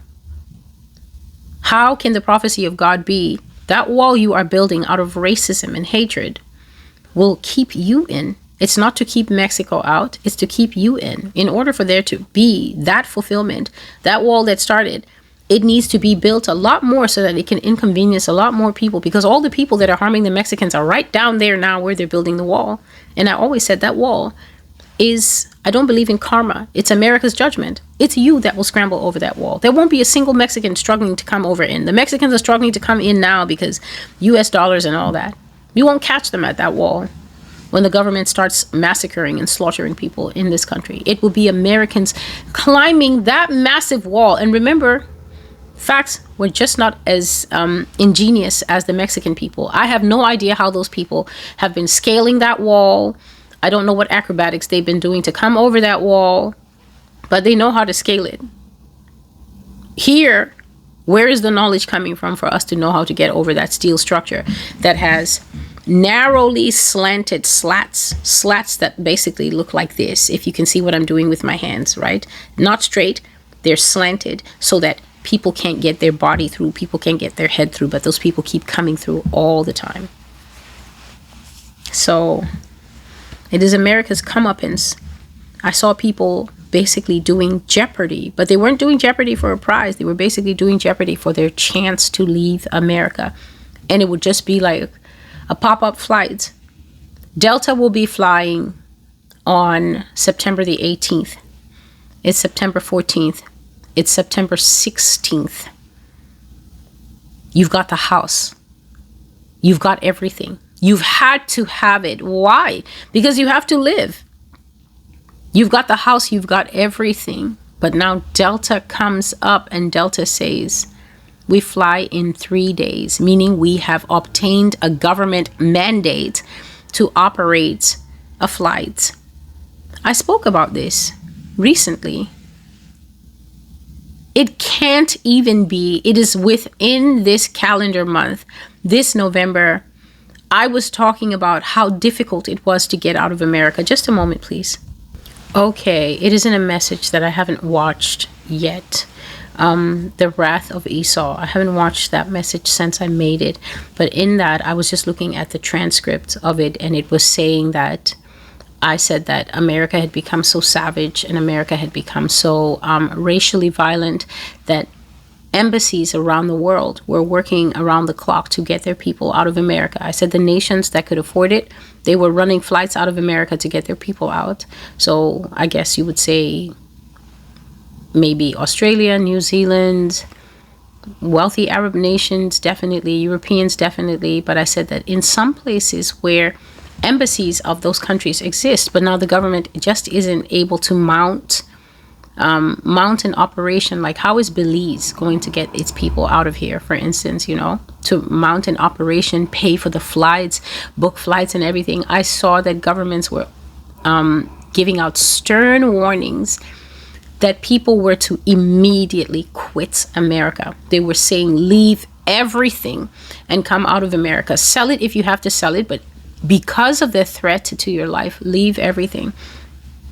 But it's not sitting right in my mind that that's the only time I mentioned this. I have talked about Americans themselves wanting to leave very recently. If anyone can remember that within October to November timeframe, I have this feeling that I've spoken about this before. But definitely, yes, I saw people trying to leave America, trying to get flights, and flights were getting few. That's why the title of this dream is called Low Flights Out - America Will Become a Prison. But the overall dream that you have been listening to is called Reduced to the State of a Child, November the 24th, 2025. A look at how Yah is continuing with the theme that I've been covering every single year. I handle the money every single year. I handle the economy and the banking system, as he simply adds layer upon layer upon layer about how money is going to be taken away from us. I think one of those that I went in depth is definitely the two-part prophecy that is called America Will Be Like Zimbabwe. America will be like Zimbabwe Part 1. America will be like Zimbabwe Part 2. There is also a prophecy that really went into the technical side where I was a little bit cheery. It's not cheery because of the subject matter. It's cheery because of the amount of information that Yah put in my brain that I don't know, that I don't know from schooling. It is sometimes so nice to just have this additional wisdom there that you didn't read in a book. And then you go and check it on the internet, and it really is that, exactly that. So the title of that prophecy is called Systemic Risk. Systemic Risk. And then there is, let me read you a few of those actually, because it's quite late to be playing clips here. One of them is called The Meltdown of the Banking System. So we can just hear a little bit. I might have to speed up the playing speed. But one of these is called The Meltdown of the Banking System. Let me read them out first. Another video that you can look at is called The Rise of the Reich. And that is the one that I said I got the bank letter and I was asking about my rights. That was 11 days ago on November the 13th. And then there is the very old one called Money Down the Drain, Dollar Devaluation and Global Money Crash. And then there is The Land of Iron Laws, Barack Obama's coming dictatorship. That also speaks about the money. And then there is one that is called A Collapse is Coming, U.S. Financial Crash, Too Big to Fail, Will Fail. So let's listen to some of the times that the Lord was talking about us losing our grasp on the money. And of course, we can't forget the prophecy that is called The Nascent Rise of Coin. Talks about the boarded up ATMs, talks about the cashless society and how the government plus banks will be so controlling and how money will not be on our end for using. And I still have some beast system prophecies that talk about how we will go past the bank controlling everything. It's going to be through a digital wallet. That is what the digital ID is for. That is one of the primary reasons that they will take away the money. One of the reasons they will take away the physical cash and the right for you to interface with your banking app and your banking profile on the laptop is that when they take away your ability to tamper with it, you will not be able to deposit any money that you earn on the side. All the side hustle money, you have a main job, but then you have two other jobs that are informal and they pay you, but they pay you decent enough that it makes a dent on your bills. The government may not have access to that. And so one of the reasons that they will do this is to kill all side economic things. They want to kill all side economic use. And many countries will see that coming, where the government will say, no, you need to get this ID. I've been talking about the coming of the digital ID since 2021. I even saw it in 2015. It's called The Fall of Babylon. And I said, I see a new form of identification coming, and everyone in the country will have to register for it, whether you're here for a short stay, long stay, it doesn't matter. Everybody had to get that digital ID. And I said that with that digital ID, everything changed. So this was in 2015 that I saw that. And then I have several digital ID prophecies, such as the Real ID, hybrids, the Real ID, and something else. And in that's where I was seeing the different reactions of the different countries, I think in 2021, and how angry the United Kingdom was with it. And that prophecy fulfilled this year. The United Kingdom went off the rails when Prime Minister Starmer, I think his name is, announced that they're moving to a digital identification system, and people were so upset by that. And I said, yes, in the vision that God showed me, or in the dream, people were enraged. They were extremely against it. Whereas in Australia, it was a lot less loud, and it was more like they were thinking, well, let's just do civil disobedience. Let's just do civil disobedience, sort of like, well, I just won't get it, will I? But it didn't work, because it will be forced.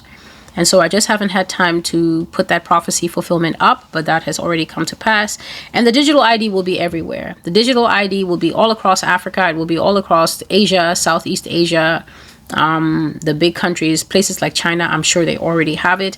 But that ID is not just what Americans are thinking, oh, it's the Real ID compliance. No, the thing is only called the Real ID. But I said back then, it's going to have different numbers, different names in different places. In Kenya, they called it Huduma number. And then I think they've changed it to something else. The digital ID has already surfaced in places like Ghana. And I think I've seen somebody in Nigeria leaving in my comments that for the first time ever, they've asked them to get a TIN. That's a tax identification number. The minute you start going into places like TIN. You are already heading into the beast system because the TIN will be a unique identifying number for everyone. And that's how it starts. It will start with in America, it's the driver's license, your real ID. And then people like, well, that's all it is. It's just a different type of driver's license. It's always somebody yapping on the side who has never watched enough of these videos to get an understanding.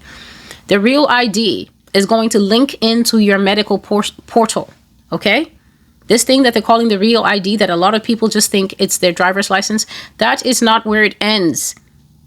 Being real ID compliant is just with them starting with your license. Eventually, that little license that you have, you're not going to have that license anymore. It's going to become a digital representation of a license. You're not going to be able to tuck it into your wallet and go to the DMV and renew it every year. It's going to become an online identification. I want you to imagine it here at the center. They're now going to pull all your medical records and link it to that unique number on the license. They're going to pull all your banking records and link it to the license. They're going to pull all your work records, everywhere you've ever worked, and tie it to that unique driver's license. Your entire life is going to have the real ID at the center, and then everything about you radiating out like a little starfish with the ID at the center. Everything about you is going to radiate out. Forget about HIPAA. Anyone with access to your real ID will be able to see every time you ever coughed. You book a flight, the real ID will ping. You fly out of the country to Geneva to deal with your secret bank account. The real ID will tell on you. You go to Jamaica or Caymans or anywhere else that you have an offshore account and deal money there. The real ID will connect the flights. It will connect the hotel that you stay, the hotel stay that you stay and you pay for. You're not going to have cash to stay off books. You're going to have to pay with one of your digital cards, your Apple Pay, Samsung Pay, your little tappy thing. It will note your hotel stay. It will note the taxi that you take, that you pay for. It will note where the taxi drops you off. Bank Federal in the Caymans. How long was he there? 35 minutes. He was actually on the premises. Tons of cameras picking you up at that bank. By the time you arrive in America, the IRS would have sent you a letter. We hope you enjoyed your trip in the Caymans. We now know and have linked to the fact that you have a secret account that's not declared, but you're a U.S. citizen. That account holds $4 million. You owe $3.9 million in back taxes. That's what a real ID is. So when you go and stand in Michigan, you go and stand in Missouri, you go and stand somewhere else and you get a real ID, compliant ID that has a little star in the corner. And then I'm talking about it and you're like, no, it's just a different type of license. You don't know anything because you don't know what comes next. They need to get everybody real ID compliant first. You already hear, when you hear that you can't fly without a real ID anymore, you can go and still get the standard license if you want, but you already cannot fly in the United States, they're saying, until you can produce that one or at least produce a passport card or something. They'll eventually eradicate the passport card and everything else and just want you to have that one ID. So I think Kenya had it, but then they changed Huduma number to something else. Ghana's got it. I saw a lady complaining about it either in one of these Nordic countries. It might be the Netherlands or somewhere else. I saw her bitterly complaining. One of the expert type of ladies who understands the overreach of the government. She was producing an excellent case. And I remember I downloaded the video on that, but then it's somewhere in the cave of all the videos that I have on my laptop. Nothing is really labeled. You know, when a video comes down, it's just 22122-X. It can be anything until you open it and actually see what it contains. There is a steady pathway going somewhere, and Yah has been painting this picture for us, and he's also painting the picture of the fact that the door is closing for you to leave. And so if you're hearing that and you don't want to leave, and you actually have the means to leave, you really cannot make any noise. When the scramble begins and you realize that you squandered your time, one of the things that the Lord was saying to me on a personal note, the Lord was talking to me and it really brought my heart down for obvious reasons. The Lord was talking to me and telling me, he was reminding me that he said to me, you will see your prophecies fulfilled. And I've never had the sense that I was going to see my prophecies fulfilled from the Maldives. I've never had that sense. That's why I would always ask people, why do you ask me what I'm planning to do? What happened to your Bible? Did it catch fire? When Jeremiah was prophesying, where is he prophesying from? Where did he prophesy from until the wall fell and they caught the people and carried them away and left him alone? Where was he? Was he in the Maldives? Was he in the Caymans? Was he like prophesying by pigeon from Paris? No, he was right in the place that was judged, giving the prophecies. He was like a live telegraph, like from the old days where they would say war imminent, hostilities in the east. Canada closes border. I fear for us all. He reported from the site. He reported from the scene. And so on the 22nd, the Lord gave me a very horrible dream about America, about something that will start in Chicago. I've not seen blood like that. I've not seen human beings' blood on the road until it's pooling. And before I slept that night, before I went to bed, and it became the 22nd, and I was dreaming that dream, the Lord had said to me, you know, my servant, you've been faithful to me, and I don't want you to fear for your days ahead. And he said to me, I will see to it that you never lack your rations.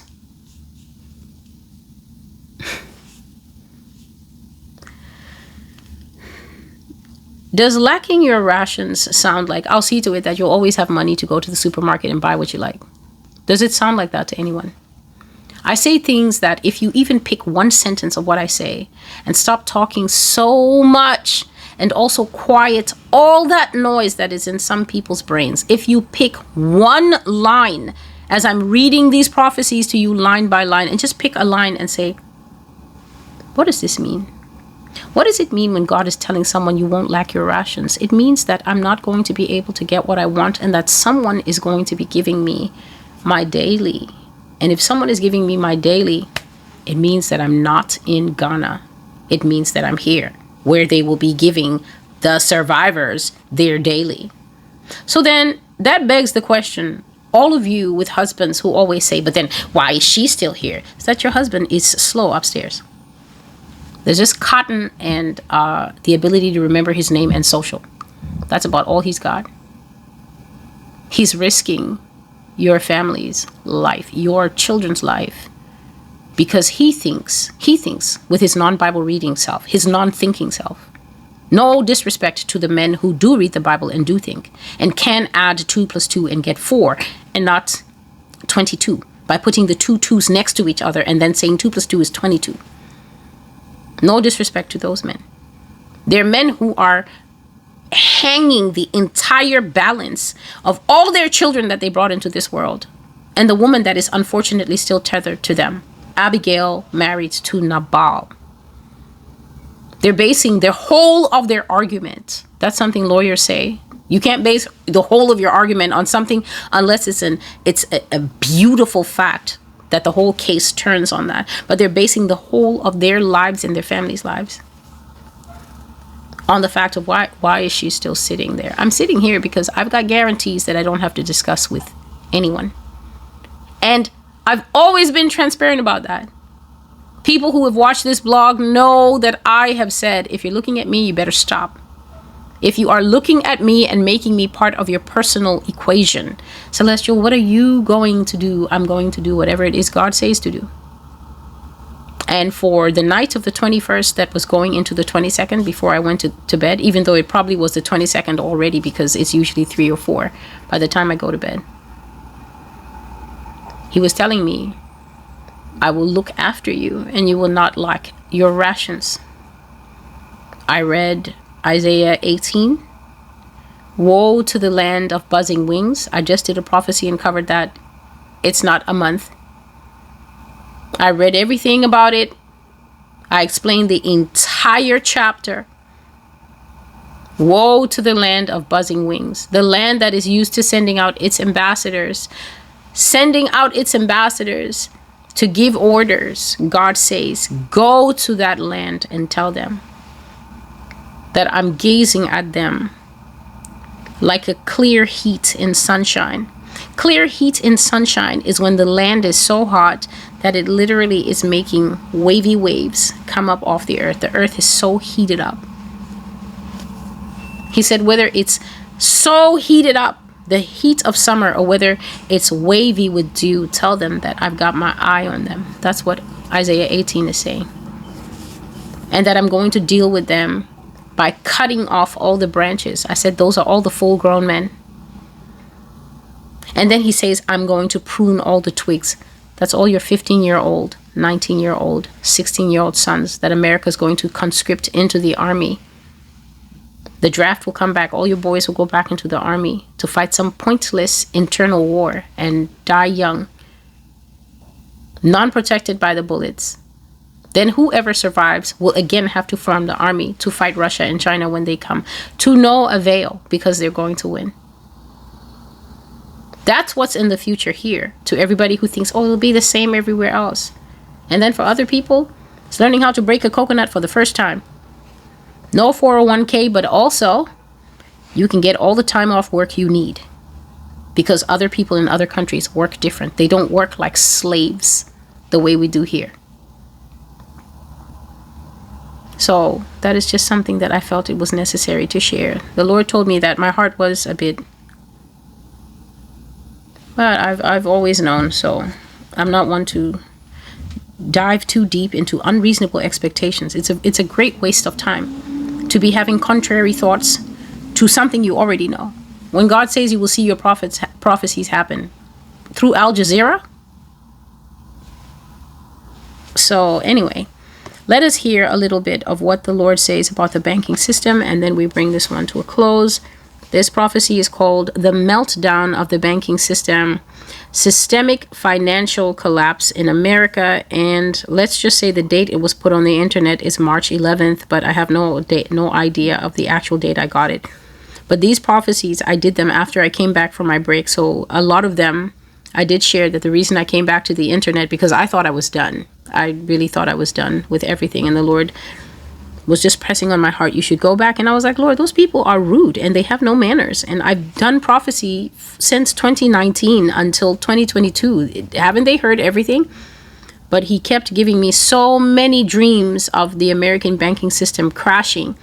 When I came back and started doing the dreams, before you know it, banks started going insolvent in America. That same month, when I came back and started prophesying, I see the banking system collapse. All the banks started failing. The banks that failed in 2023, bank failure started happening, and everybody thought the economy was going to be ruined. And the Lord is very good. So this one is March 11th, 2023. Let me make it. Last prophecy that I would like to cover is called, just a moment, please. It is called Makeup, Money, and Monsters, and I got that in June of 2022. And the section I would like to cover here with you now is called The Destruction of Money in the World Economy. And the same scripture I read today came again. They would throw their silver into the streets, and their gold will be treated as an unclean thing. Silver and gold would not be able to deliver them in the day of the Lord's wrath. It won't satisfy their hunger. It will not fill their stomachs, for it has caused them to stumble into iniquity. And then what God said to me at that time was, you will have trouble getting money out of their bank. In a short time, there will be a mass shortage of bills, physical money that you call hard cash, because the banks have no liquidity. The banks are overstretched in their dealings, and they have no actual funds to back up everything that they're doing in terms of trading. They cannot guarantee their deposits by any stretch of the imagination. He said that America's banks especially, but also major banks around the world, are running a high stakes poker game, that they have a lot of perceived clout and solid reputations in the market. But God said that they don't have a single penny required for them to keep on hand by law to pay up if somebody wanted their money. He says, if anyone wants to take their money from the bank, it will be hard for them to get it. And you can already see that because they're starting to put limitations on how much cash you can withdraw at the ATM and inside the branch. He says this dangerous situation is already at the end of its logical rope. Now you must prepare for mass chaos and societal breakdown once it becomes public news that the banks are no longer sound. They don't have money on site. They don't have money at the banking halls and in the vaults. They do not receive the incoming physical capital that they should every day to maintain the base rate financial liquidity. It is a foregone conclusion that America's banks will crash, and my word that I gave shall be fulfilled. And here's the word. The USA will suffer a financial crisis that is worse than all previous ones, except this time there's no rescue coming by the government or by anyone.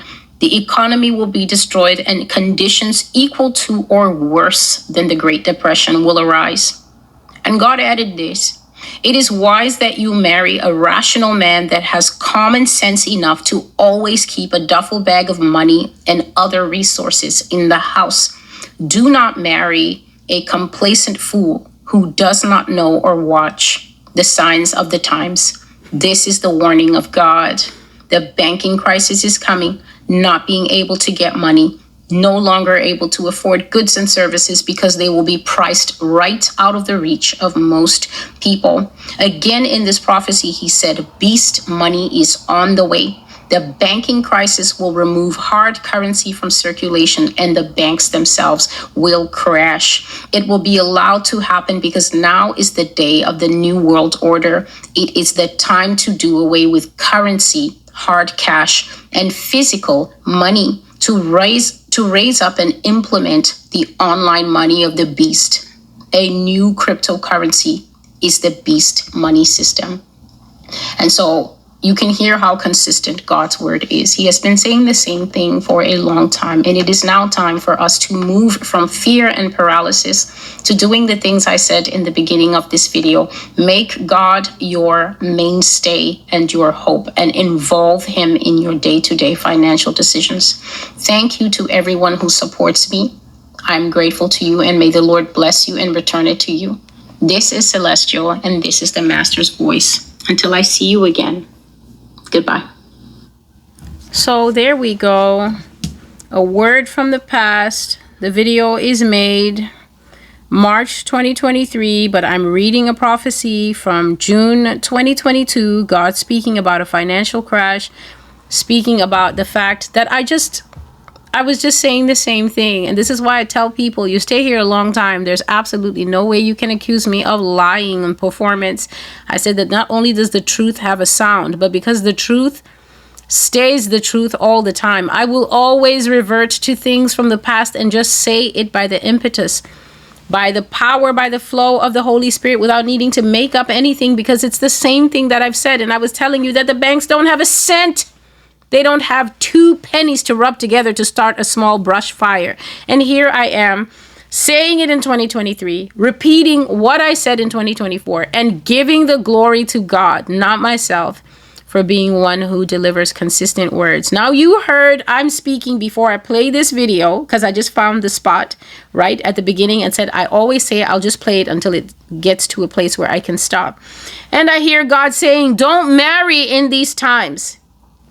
A fool. Didn't I just get done talking about the foolish husbands? Rolling the dice, throwing the lives of their wives and kids. Why do you believe her? Why?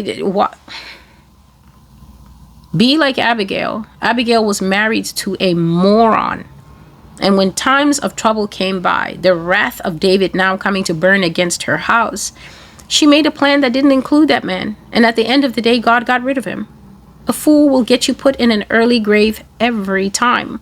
You have 2 hands. You know how to go to the post office and get those passport forms. I told you, get the passport forms. Get your anointing oil. Get on the channel, find the anointing oil page.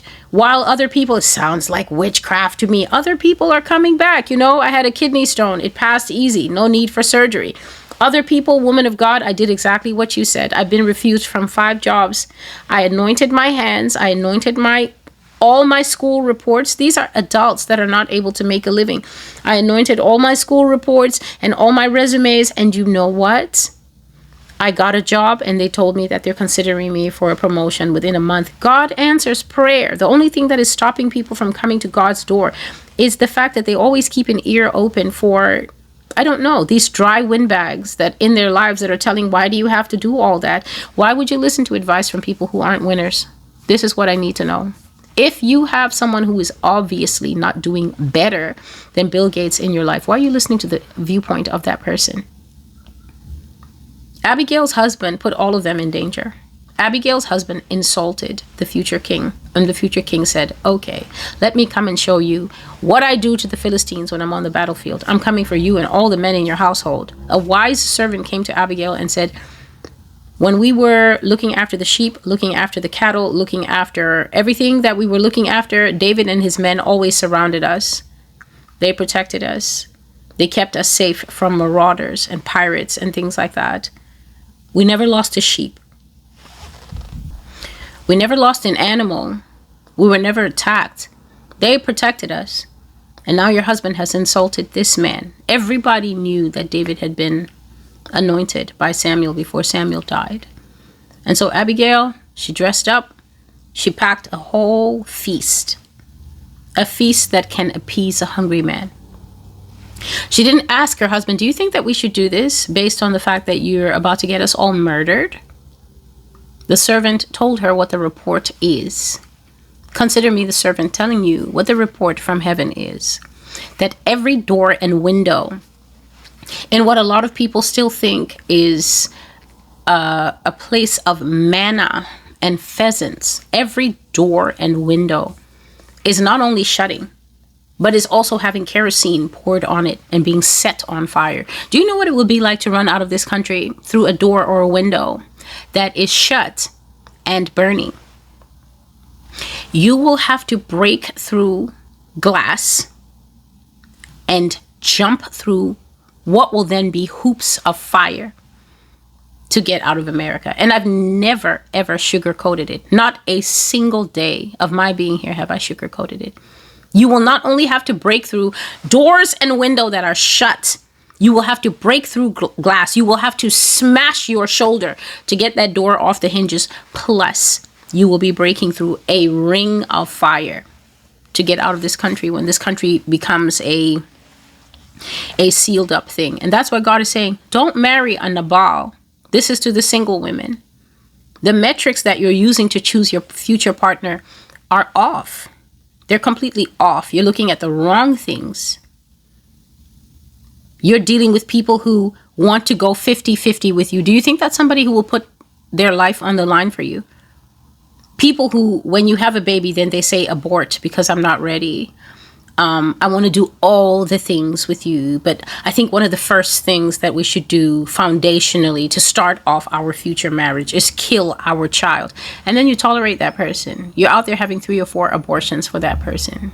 This is to all women, all races, all demographics, all nations. You know you do it. I mean, you're choosing not even from the bottom of the barrel, because the barrel still sits on earth. You're choosing from about the 2nd or 3rd dermal layer that's just above hell. That's where you're selecting people to make life-lasting decisions like buying a condo for the first time, sharing a house for the first time, having a baby for the first time. Useless people that I prophesied to you years ago.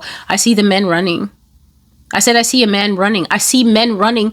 The man is running as if his life is in danger. As I observe the man running, I'm wondering, what is he running from? He's running from the woman that he was with. Can you imagine? Men, I said, running from their families, running as if their lives were in danger, running for all their worth. 2025, the very beginning, what did I prophesy? Marriages that are going to break, marriages that are going to be destroyed, marriages that are going to crack. One partner just decides to leave you with all the bills, all the responsibilities. What will that cause? I said. I saw another vision. I said, God saying, children having to drop out of school and children having to drop out of college. Why? Because the parent that made more money just bails. I can't do this anymore. I need to find myself. I don't love you anymore. Goes, leaving the family, The young person isn't able to get a grant. College is over for them. They go into the system. They're working at Wendy's. They're working at Starbucks. They're not able to finish. What does that cause? Prophesying. Increase in mental health, especially in the youth, especially in the younger generation. Why? Crushed dreams will do that to you. And now what am I looking at? On top of that, they're crying now because Esau's firing them unjustly. Every other day, a black girl is crying. I don't know what I did wrong. I had 3 good performance reviews, Q1, Q2, Q3. And now in Q4, they're letting me go. And I'm the only one. Don't marry a fool. If you are married to a fool, you have to do what Abigail did. Go and look up her story. You have to make a plan around the fool, because the fool isn't usually going to be in the picture for long. And the reason for that is that no matter what people in the world tell you, God is not about to sacrifice women and children on the altar of the pride of a fool. And so we continue. We've heard one prophecy. Let me see if I can hit upon another one. Oh, yes. Right. I found this one and I paused it at, I think, the right spot. This one is called The Land of Iron Laws, Barack Obama's Coming Dictatorship. And it says 1 year ago. So I don't know if that's accurate. Yes, it says the date that this was uploaded was December 19, 2023, but I'm not able to tell you the exact date.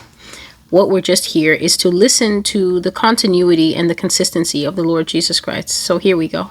There are too many prophecies to recap, but just some highlights and some points of things that are going to come in the future that the Lord has revealed is that, for instance, physical money will go away. And I've explained that with the loss of physical cash instantly, that is self-independence and that is freedom going away. Independence and freedom going away, because once you can't handle the cash, once the cash is translated to an online portal only, you have no control. You are now looking at zeros on a dashboard that someone else is controlling. You don't control that money except in a very light manner, meaning that you can go to an ATM for now and press some buttons and then some physical cash will be granted. And then you'll get a slip and the slip will tell you your zeros have gone down by this much. But once they board up the ATMs, as I prophesied last year, once they board up these ATMs and they seal them off and the era of paper money comes to an end, then we are in the era that I've been prophesying about all of this year. Money in the cloud. Money that exists on the other side of a dashboard that you are not on the other side of the dashboard. And they can put the money up or down. They can even say in the new world order, in the future that is coming, they can simply say that there's too much scamming going on. There's too much fraud. There's too much backdoor earning without proper tax reporting. And therefore, people may not have multiple bank accounts. You may not be able to go to multiple institutions. They may say to limit fraud and to limit too much growth, because it's not good for individuals to be too rich. The era of entrepreneurs is coming to an end. Tech bros, your time is nearly up. We are going into the era of the corporation. The corporation will be God. The corporation will be king. The corporations, I have prophesied here, will become so massive that they will have standing armies. You looking at me? I'm looking at you. The corporations will have not mercenaries, because mercenaries can be sought out from various countries, and they're usually a small knit group of guys. They're not going to be guerrilla fighters either. They are going to be orderly, well-paid, uniformed killers. Amazon's going to have an army. Apple is going to have an army. Microsoft is going to have an army.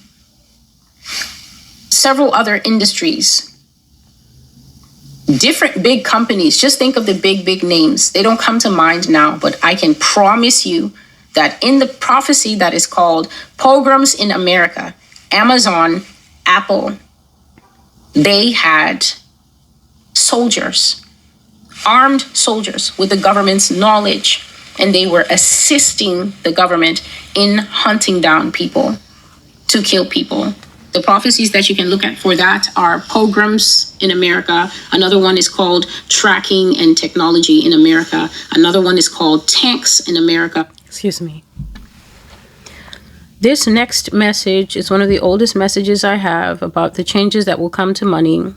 This dream is from 2018, but I made it into a video January 2021. It's called Money Down the Drain, Dollar Devaluation, and Global Money Crash. So I prepped it somewhere. And here is the truth that God revealed. Please watch the video, The Betrayer Betrays, because here again is a confirmation of that. Money will actually disappear from inside the economy. So people will be told that this devaluation, sometimes when currency is strong, nations devalue the currency, just to keep the economy smooth and oiled. They shift the interest rates. But here is the truth. God says that money will actually disappear from in the economy. Money, physical cash, will be taken into private bank accounts. This is what God has shown, that basically looting is going on inside the economy. Looting is going on inside the stock market, and physical cash is being withdrawn and added to private wealth. And the group money that oils the economy is going missing. And the direct cause of that, or should I say, the money disappearing from inside the economy is what will be the direct cause of economic downturn, slump, and eventual economic crash. Yes, is what God showed me. It is possible to crash a nation's economy from within.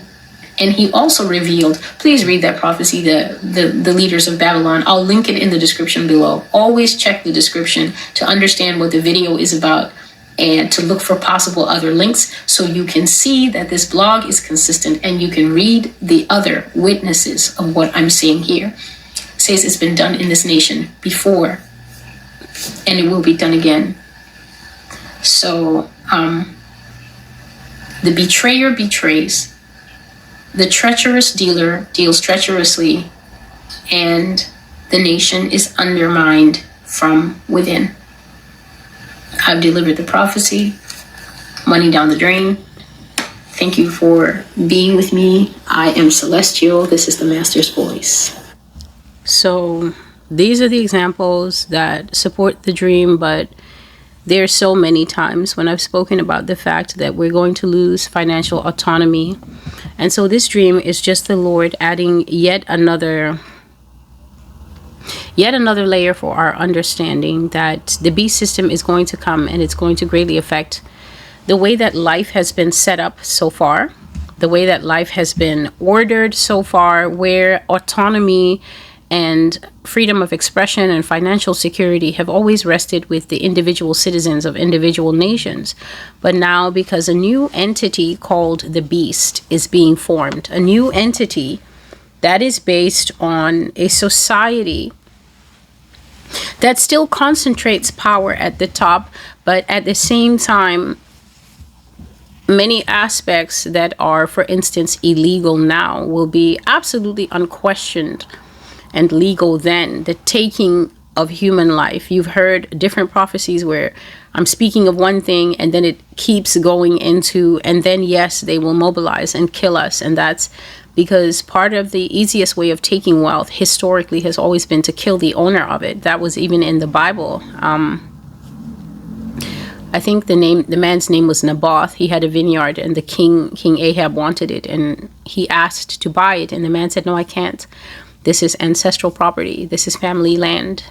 And then Ahab went home sulking, and his wife asked him, "Why is your face so dark, and why do you look so downcast?" And he said, "Oh, I tried to buy Naboth's vineyard," and he said no. And she said, "Oh, is that all?" And she sent soldiers to kill him and take the vineyard, one of Ahab's many sins that he piled upon his head, killing a man for his family property. And you've heard me speaking here of how if you keep saying to the government, "Oh, I can't sell you this land. This is cattle ranching land. My family has been ranching here for 100 years, It runs in our blood." Then the government will say, "Okay." And the government will kill you and then bury you right there. And then every time they're I don't know, planting grass for the cattle over your body, they will say, wow, it's flowing in his blood. You can't play games with the entity that is rising. It is the beast system. Daniel said, and I saw a fourth beast rising that was unlike the other three.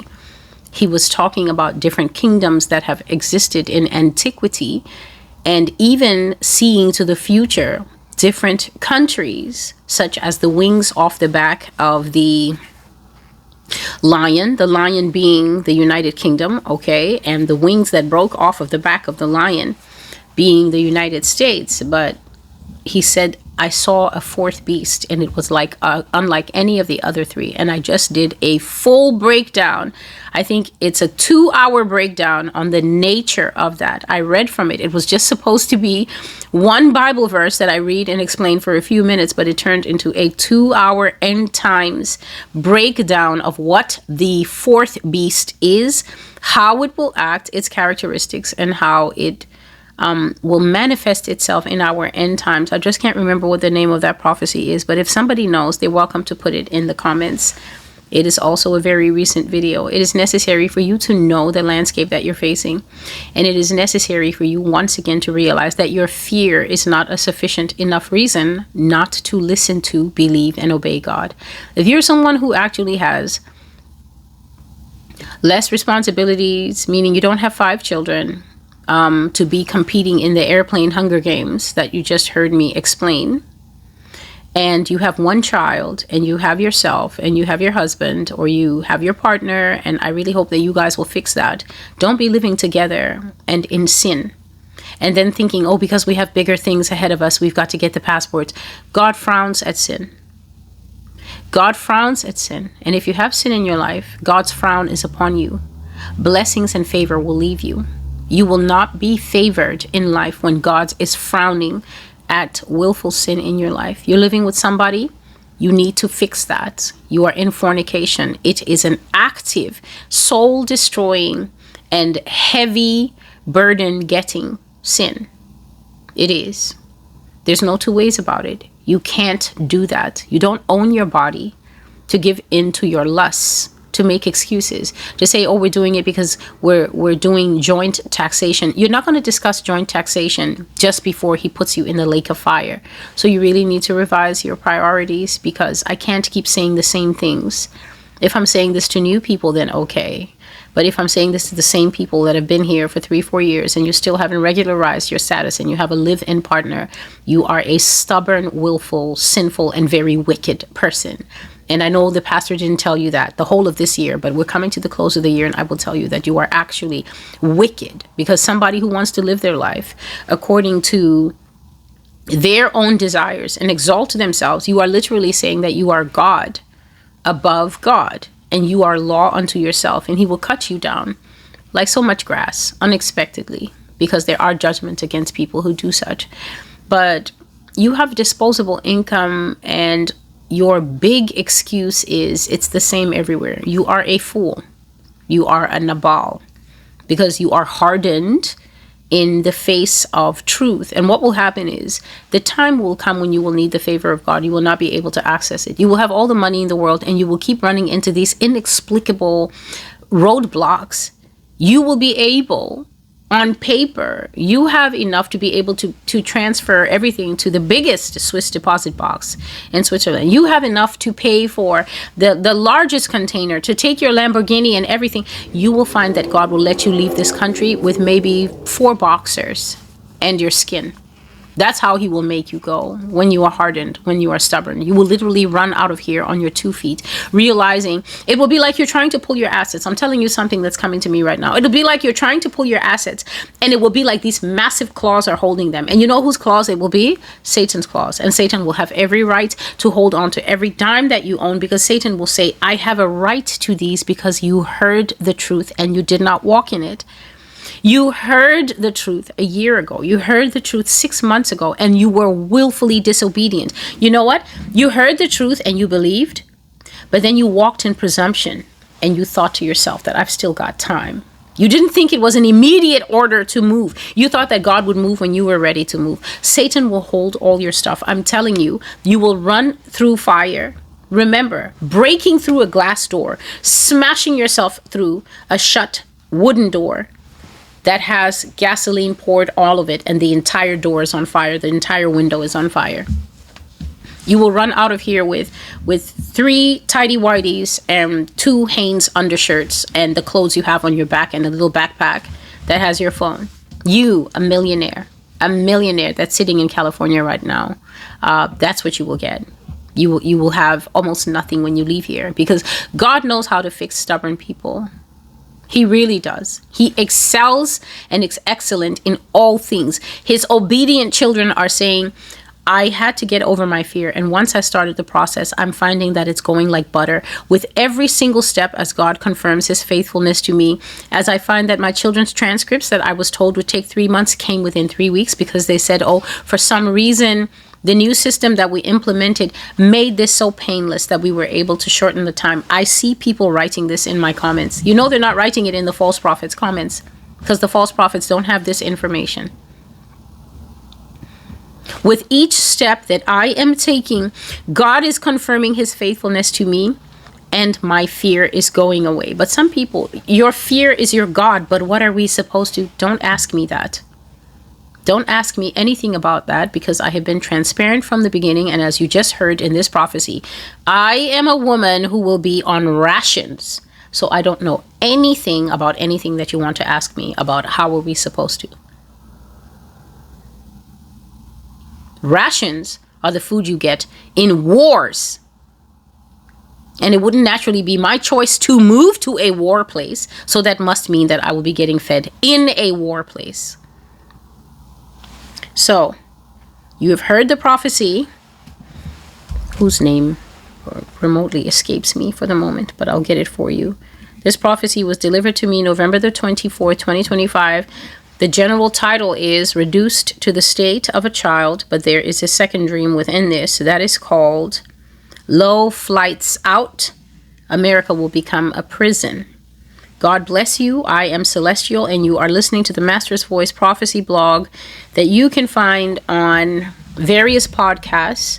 I have alternate channels that have slightly more prophecies on them. All the COVID era prophecies are on Rumble, BitChute, Brighteon, Telegram, and Odyssey. Please make sure you subscribe to at least one backup channel, so that when I have something here and they ruin it with ads, I don't use ads. I'm not part of any partnership program that pays me. You can go to the backup and watch it without any problems. It will always be uploaded there. Thank you to all of you who support me. God bless you to those of you who are a blessing to me. I would like to ask people who do not know how to sow to this ministry, please do not do it until you see the sowing instructions for the ministry. I use PayPal. I have a PayPal, but some of you do send a gift. And then if it prompts you and tells you that you will pay a small fee, if you're setting it up and then it tells you you will pay a small fee, $1.99, you're doing it wrong. It means that you are sending your gift with a purchase protection, as if you are buying something through PayPal. And I am not a seller. I'm not selling you anything. The word of the Lord is free. If you are giving a free will gift to me, why are you putting purchase protection on it as if you're buying something from me like a seller on the internet? It damages my standing with the app. Please do not do that. Use the friends and family option. Be mindful about the thing that you're doing, so that if you're giving a gift, it doesn't cause harm. If you're not sure you want to give a gift, please don't do that, because some people, they do that and then they come and they open a dispute case against me, and that's so tacky. I don't understand why you would do that, because you're not under any form of duress. I don't know you and you don't know me, and we've never spoken, so I'm not sure why some people do that. And for some reason, it's almost always women. Yes. And if you're in another country, if you're in different parts of the world where you know you guys don't use PayPal, please don't send me a gift. This is Africa. This is some parts of Asia. You're sending me gifts, and you're sending gifts with purchase protection, and it's being totally lost. PayPal doesn't release those gifts to me, so I do not want you sending the PayPal people's kids to college. It's better you keep your money and you do good works with it in your community. Your goodwill is more than enough for me. Your attention to the Lord's message, your willingness to be obedient to the parts when I preach here, to realize that all of us are works in progress, and that you can be doing pretty great in life, and then you can hear a prophecy that puts its finger on something that's a smaller sin in your life, and you realize, I haven't scrubbed this out.